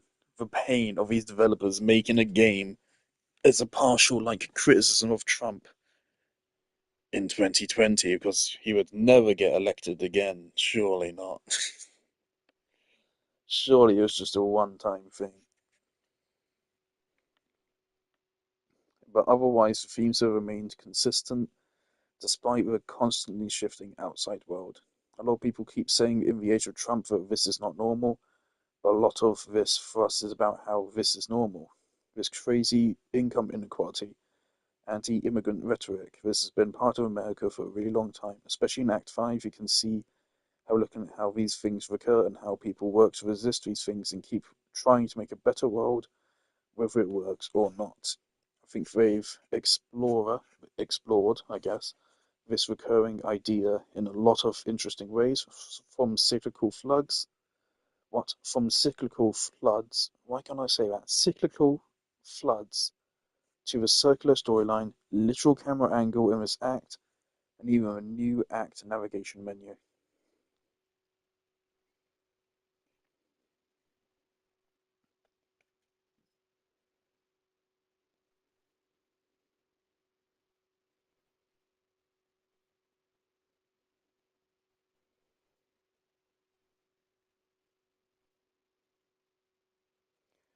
I do not I do not understand the people that there's a lot of people who have the inverse opinions of this game for me. Where a lot of people think, oh yeah, acts 2 and 3 were the best ones, and I'm like, no, what? I think this act was easily the best in a way, or at least this was to me by far the most cathartic. I can see an argument to say that Act 1 or Act 4 was objectively better. Um, I think this is really one of those games where after this you can't. It's really hard to say what is objective anymore. All you can really say is this mechanic is poorly handled. But narratively, this throws my sense of objectivity in narrative way off. Um,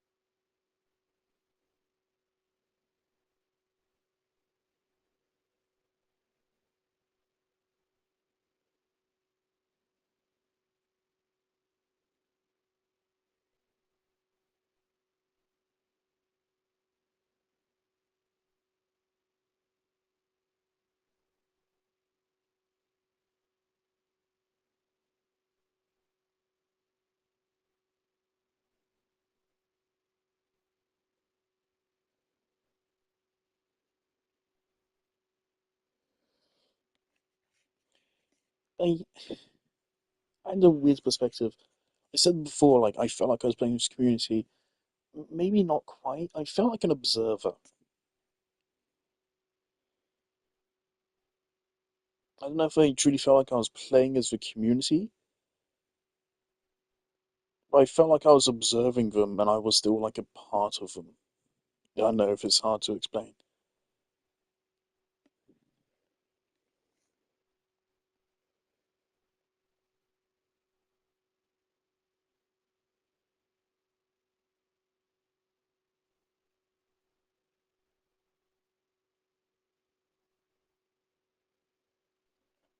This paragraph from Austin Walker's article on Kentucky Route Zero recently, I think, is really great. Act 5, which has a framing and focus that I won't spoil it, but which took me utterly by surprise, which seems, in the best way, necessary and obvious in retrospect, makes the player confront the cost of trying to build something outside of capitalism, the system which wields the power of necropolitics in order to deny entire styles of life. It shows you firsthand how bad things can go, even in a fairly privileged place, when you try to live in opposition to capital.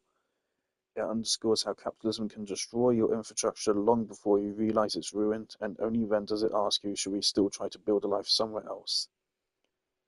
And as is Kentucky Route Zero's way, it asks you this a number of times and never exactly tells you that it's asking you this. It's not with these machines that capitalism uses on us biopolitics and necropolitics. Shame and death are unavoidable paths that we cannot escape. Their tendencies, we cannot ignore them, and their power, but we cannot accept them as innate natural qualities of our world that we're obligated to work alongside either.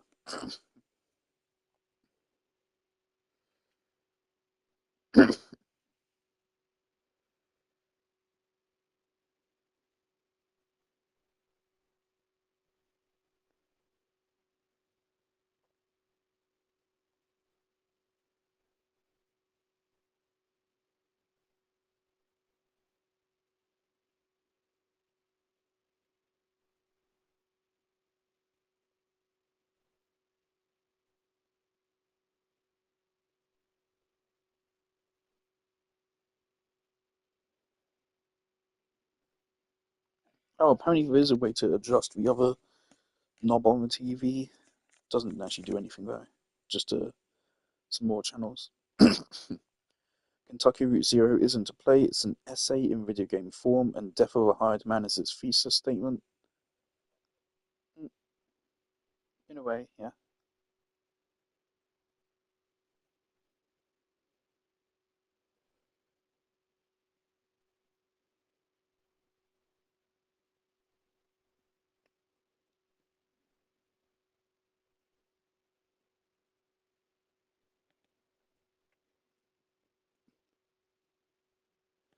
Hot damn, was there 4 years between Act 4 and Act 5? Jesus, yeah, I can see how you'd be disappointed if you waited 4 years for that.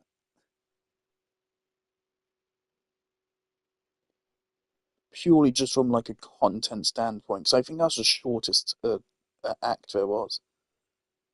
It was the shortest one. Is the whole thing. It's short. It's melancholic. It's contemplative. It's pretty much the exact opposite of what you're going to want after 4 years of waiting for something. So I can understand why you'd be disappointed, but I feel like that's more just the nature of waiting. It's less the fault of what's actually the actual content.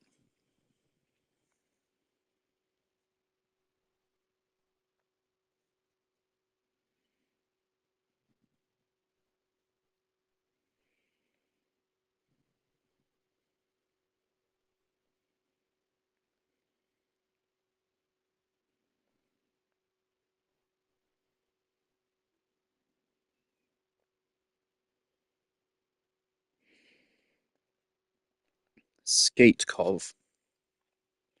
I'm a little late at finishing the game, but since this is a dedicated Act 5 discussion, I decided to post here. With that said, does anyone else think that 5 Dogwood Drive never actually existed? Obviously, it exists in the little town we end up at, but I'd like to think that was sheer coincidence rather than, say, orchestrated by Weaver or some specific person. We already see that the mailing situation is a total mess, and the conversation between Lisette and Conway shows that her memory is deteriorating quite bad. So with no return address and it being a mail order, I'd like to think that Lisette kind of made it up. With no malintent, but perhaps with a subconscious of not wanting to die with all the antiques nowhere to go.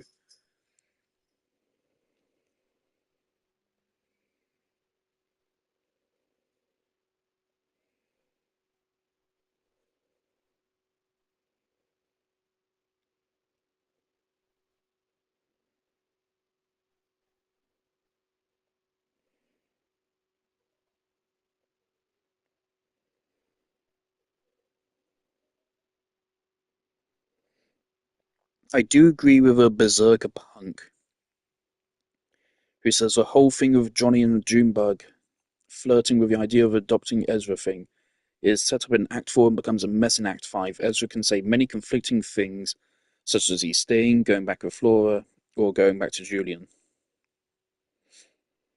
Johnny and Junebug go back and forth on whether they're settling down and traveling again. Which is it? I do agree. I picked up on that. It's kind of like they characters kind of seem to go back and forth a little bit, but I'm fine with that. I don't really care.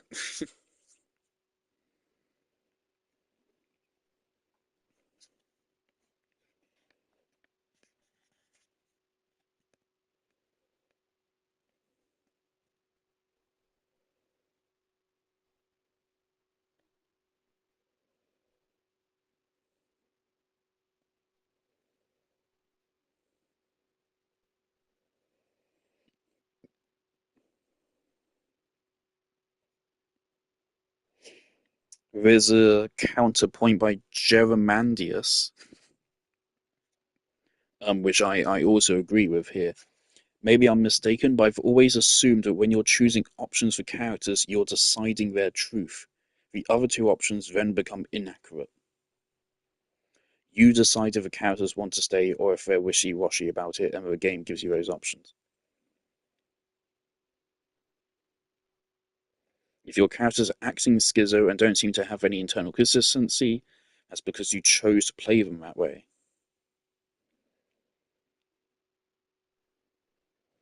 Yeah, I agree. It's just weird that I even, to me, it's just a little bit weird that I even had some of those options in the first place.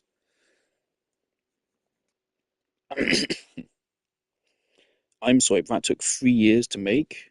This is AB10FF, okay? Burner account. That took 3 years to make. One environment and some writing that barely touched on any of the previous acts. I just wanted at least a little bit of closure. Conway is just gone and everyone else is living in a wallless house. Like, give me a little something. Pretty bummed out.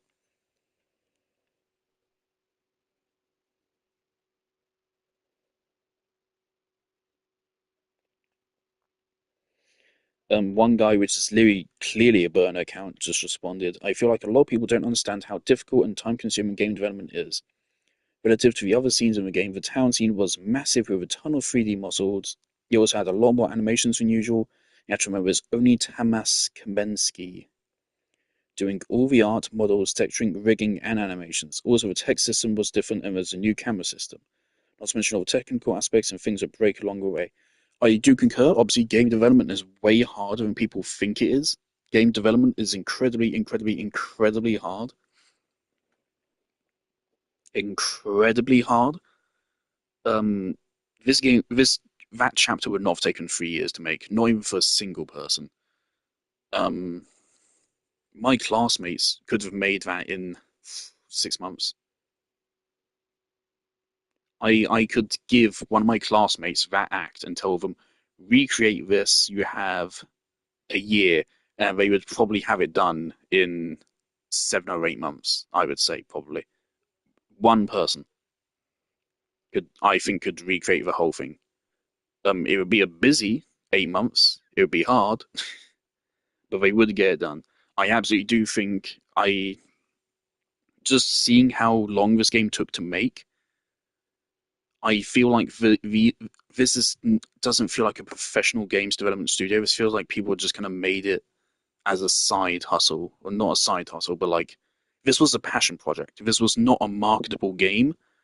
This was an art project that someone wanted to make to express something beyond anything else. This is not a video game in a traditional sense. This is an essay as a video game form. Um, I'm not complaining at all about what they're saying there. I just absolutely think they did not work on this from 9 to 5 for 3 or 4 years, however long. If they did not spend that long on it, they probably worked on it for an hour a day for 3 years or something. Or they just didn't work on it at all for the first 2 years and then they started working on it. No, there's no way they were working on this constantly for 3 whole years. I don't think. No, no.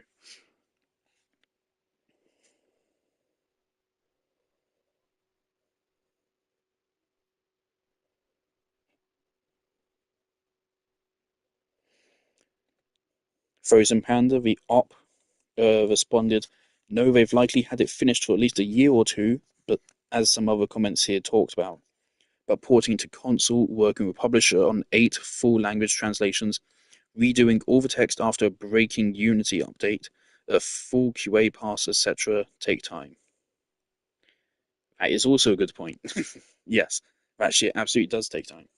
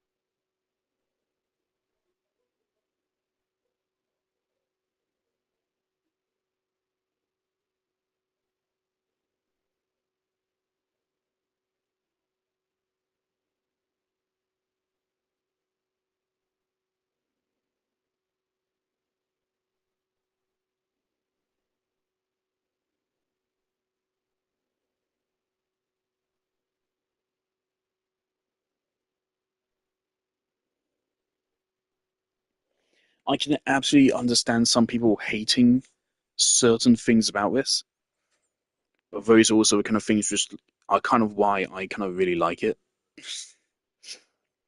The kind of the suddenness of the ending. For this thing, again, you cannot approach this as a traditional video game.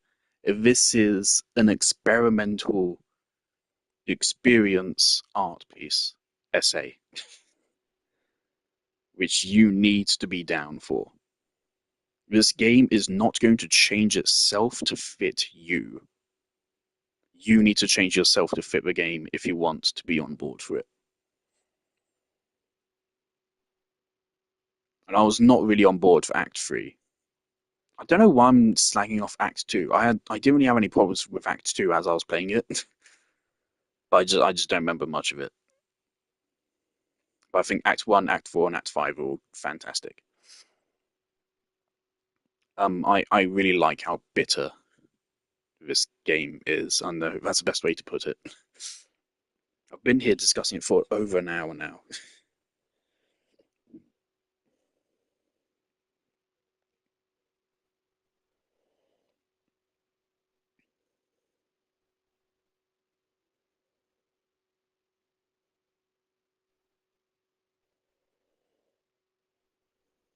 Morgan Dorks. Hard to disagree. This is a proper Act 5, a denouement with something beautiful to say about surviving and eventually thriving in the face of destruction sown by capitalism. The tone is a strong counter to the absolute gut punch of Act 4, but doesn't abandon the core message of the game. It just shows there are ways through it that don't involve decay and hopelessness. It was short, yes, and frankly I didn't love controlling the cat, but by the end I found myself appreciating the hell out of it.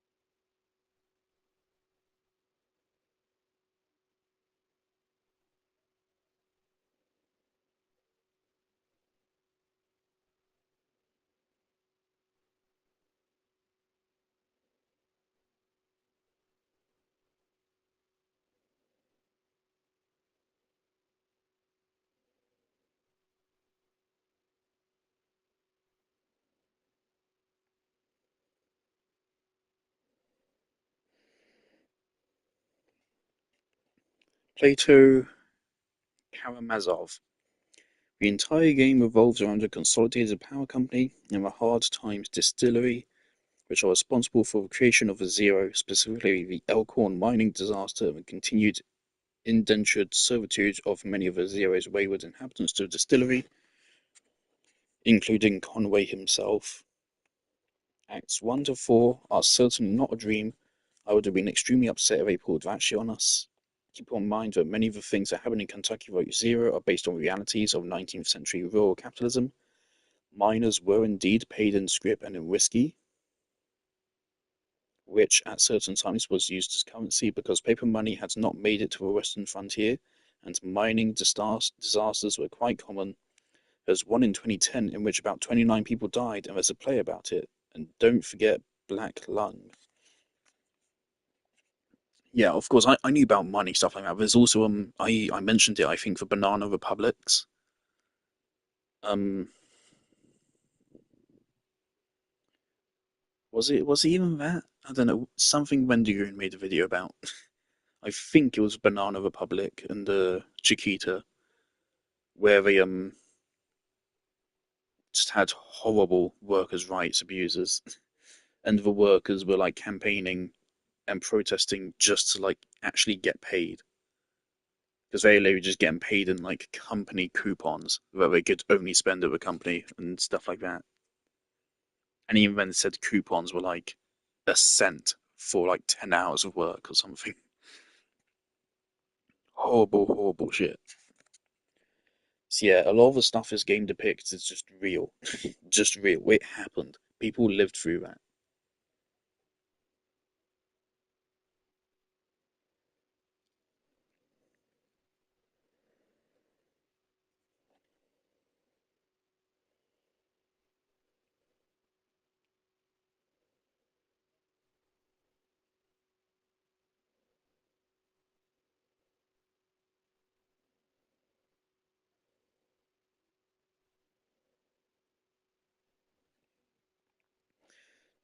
Blast02236. The developers already given us some insights as to what took so long.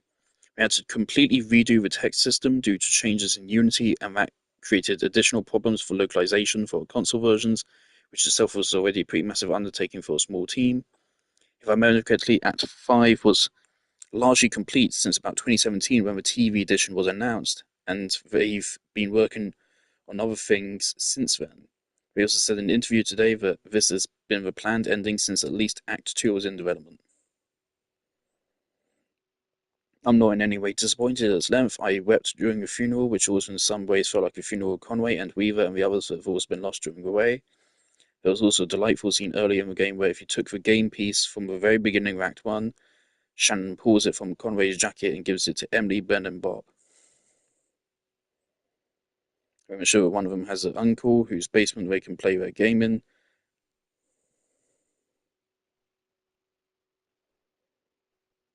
Setting up a time loop for a game narrative. That's something to ponder on and immediately made me want to start a new game.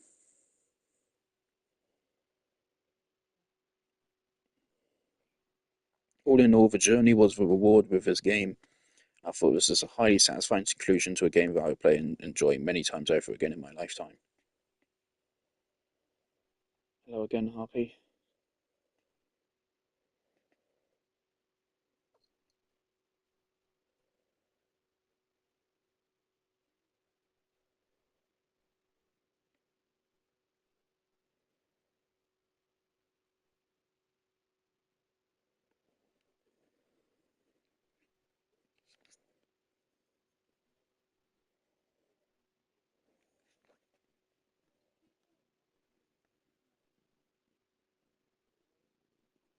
Ooh, found the person with like a really bad take. A lot of people's complaints kind of make sense from their perspective. There's one guy with just a really bad take here. They've also deleted their Reddit account, so obviously, this wasn't their only bad take. Harpy, no, you're not allowed back there. Harpy, come on. You know you're not allowed. Come on. You can go anywhere but there. Anywhere else. No, anywhere but there. Not allowed. Good girl. Unfortunately, she's on top of my phone, so I can't read it.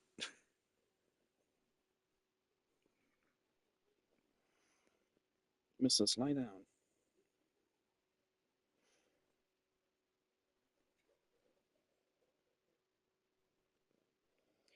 I've just finished the fifth act. Obviously, because they deleted their account, I have no name to go with this. I've just finished the fifth act, and I really dislike it. The controls didn't feel good and incredibly floaty. First of all, yes, I did feel floaty, but that was deliberate, and they didn't feel floaty in like a bad way. It's not like you didn't feel in control. They just felt floaty because they were supposed to. You were flying. I don't know. The controls should feel a little bit floaty when you're a flying dragonfly. What were you expecting? Um, the entire act felt super aimless. Several times I was so frustrated that I literally shouted at my computer screen, "Where the hell do I need to go?" This person, this is bizarre. I would absolutely say the other acts were way more aimless than this one. Absolutely, I say this is one of the most direct acts there is. The other acts had a lot more to them. They couldn't have possibly spent all these 4 years, but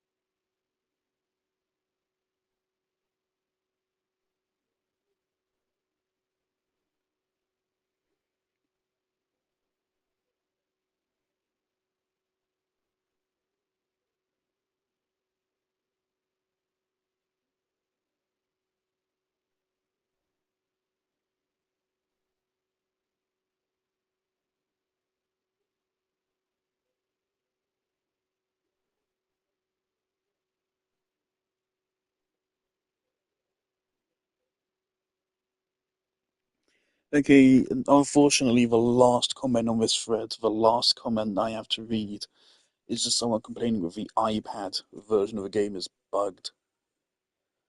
And like, I guess they have a point. If the game is bugged and they cannot progress, then yeah, they have a point. That's a fair criticism. But also at the same time, why are you playing this game on your iPad? Why are you playing anything except fucking Dragon Veil or Genshin Impact on your iPad? What?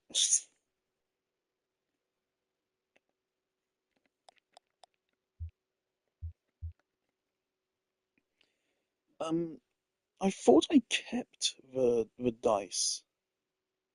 I'm seeing people talk about the dice here. I thought I kept them. We got that in the very beginning, didn't we? I thought I picked it up. Did I then use it or something? I feel like I remember using it at some point.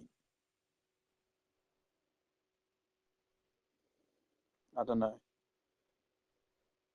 But right, I think that's it.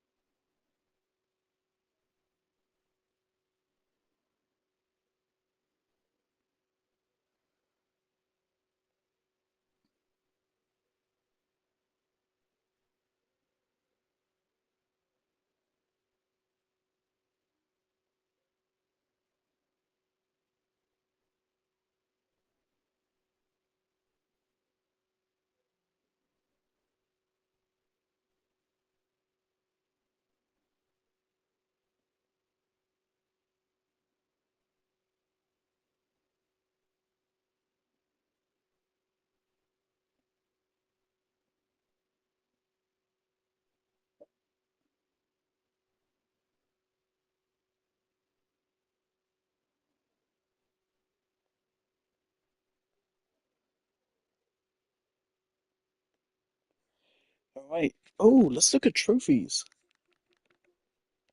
Yeah, I'm missing a bunch of them.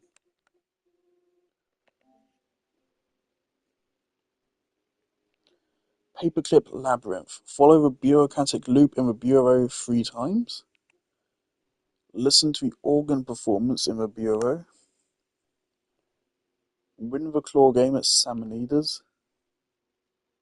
Hypnotize Shannon in the mine.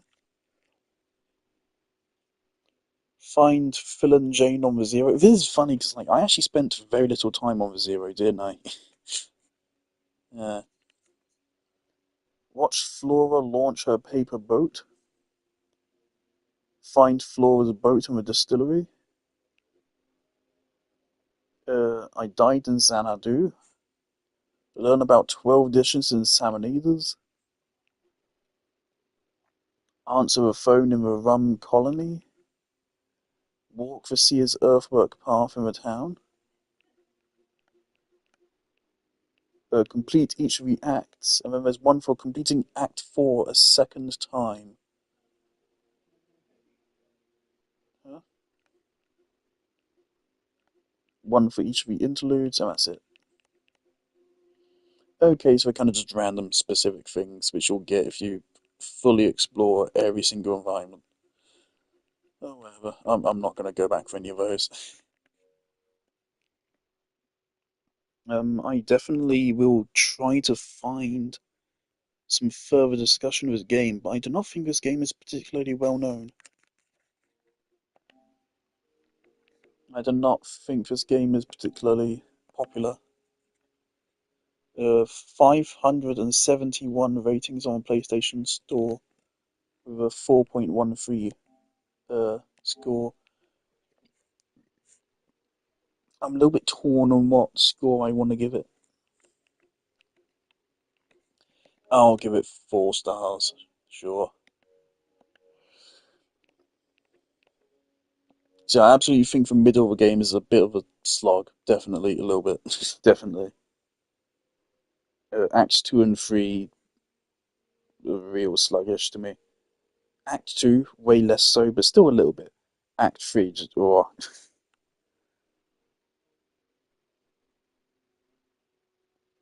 But Act 4 and Act 5 picked it back up after Act 3, and I think carried it to the end very well. Um, so yeah, I'll try to read more and watch more about other people's theories about this game because I think there's definitely so much discussion to be had here. Again, I've already sat here for an hour reading out other people's thoughts and talking about my own, and I could probably sit here for even longer. But I have better things to do. I need to go have dinner. I think I want to build Dogwood Drive in Minecraft. Let me just write that down right now. Uh, Dogwood Drive. I don't know where, but I think that'd be a really fun thing to do. This definitely does feel like a significant game to me. I think I think it's great when a game has me in that state. I'm not even sure why.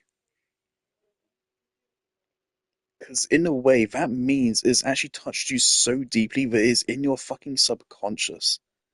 It has grabbed your subconscious and you just know what to feel. Which is similar to what happened with Until Then, if I'm being real.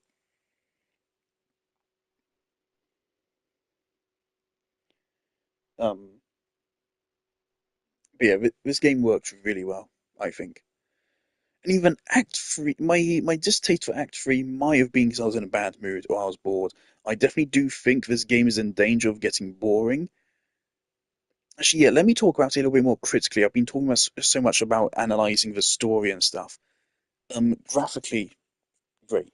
It's great. This game looks great. I'm really happy with it. Soundtrack, fantastic, mostly. Sound design, mostly fantastic. I do think a significant portion. This game is very, very quiet. Is very quiet. I've realized from watching back a lot of the clips that I've taken, I've realized I straight up haven't been able to hear the game at all for a significant portion of it. I think there's a significant amount of the game where you just can't even hear any of it, no matter how high have your volume turned up. It's very quiet, except for when the game really wants to hammer home the atmosphere and the music. And when it does, it really does hammer it home.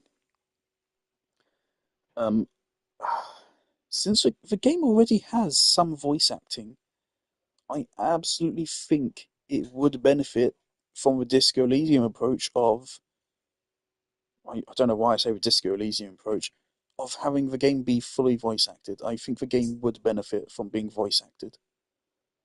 I imagine there's some people who probably threw a fit when they announced that Disco Elysium was getting voice acting, and what do you know, it's the fucking best voice acting ever.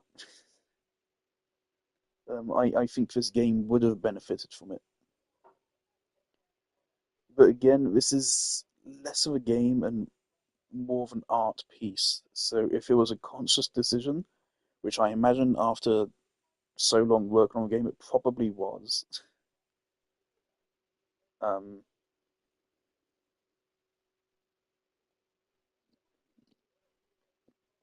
then fair enough. But I think I probably should have been voice acting, and that would have really helped me not get bored around Act 2 and Act 3. Um, 'Cause, yeah, I did come out and just say in Act 3 that I was bored and I just wanted to get through it. Um, Act 4 and Act 5 were not nearly as boring, no, not at all. There's a little bit of Act 4 where I was getting a little bit bored, a little bit. None of Act 5 that was boring, none of it at all. I was really interested the whole time. Um, for one argument against viewing this as more of an art project is the fact you have to pay money for it. But on the other perspective, it's not like you're forced to pay money for it. You know what you're getting into when you buy it. So I don't know, it's hard to complain. You know you're in for an artsy experience. So it's hard to complain when you get what you paid for. Um,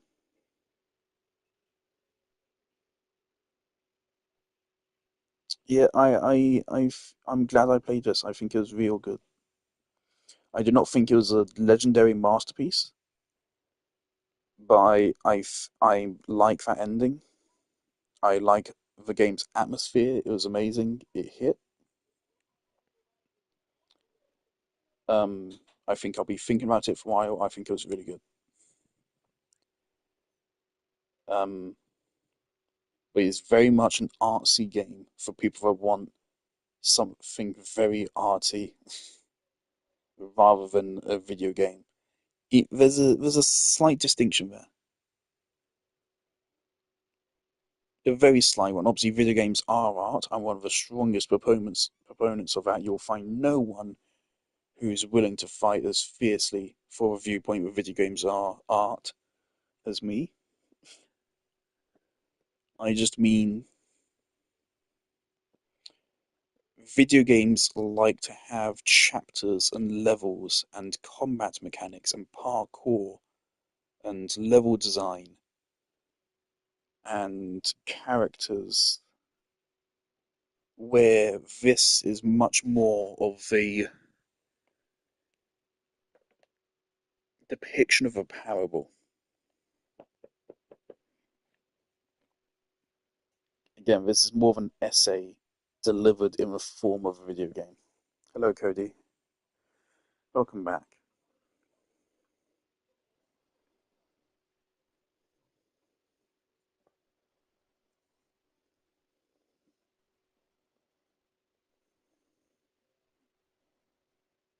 I'm definitely going to be hugging my dog more after this. I just hope Blue's happy.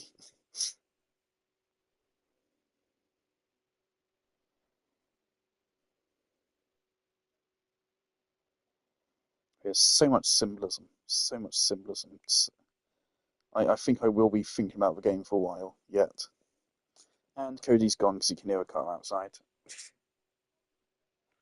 There he goes.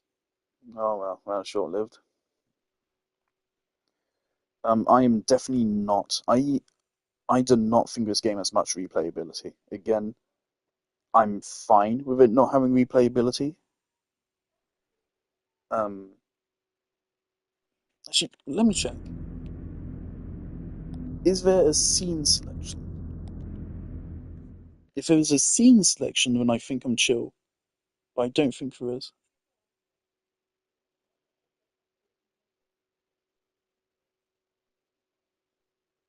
Also, I still don't know how to say it. Equise oils.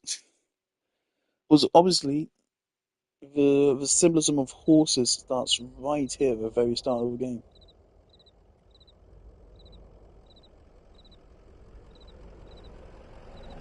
So Equise oils is literally just one huge fucking horse.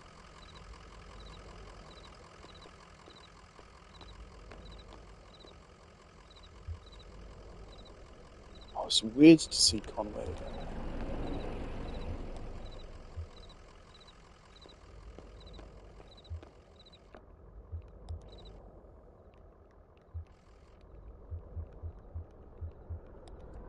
Ah. Okay, so there's no scene selection. See, I would not say this game is good for replayability. I absolutely wouldn't. Um,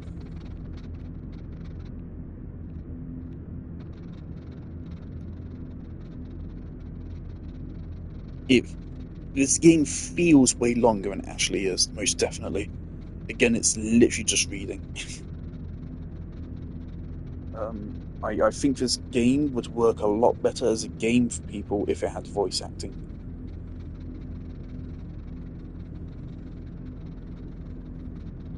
But yeah, this is something which you need to sign up for, and it was losing me a little bit around Act 3 and a little bit around Act 2. Act 4 and 5 picked it back up, and well, I'm happy. I'm glad I played this. Finally. I need to end the stream. I've been yapping for an hour. Jolly good. Goodbye.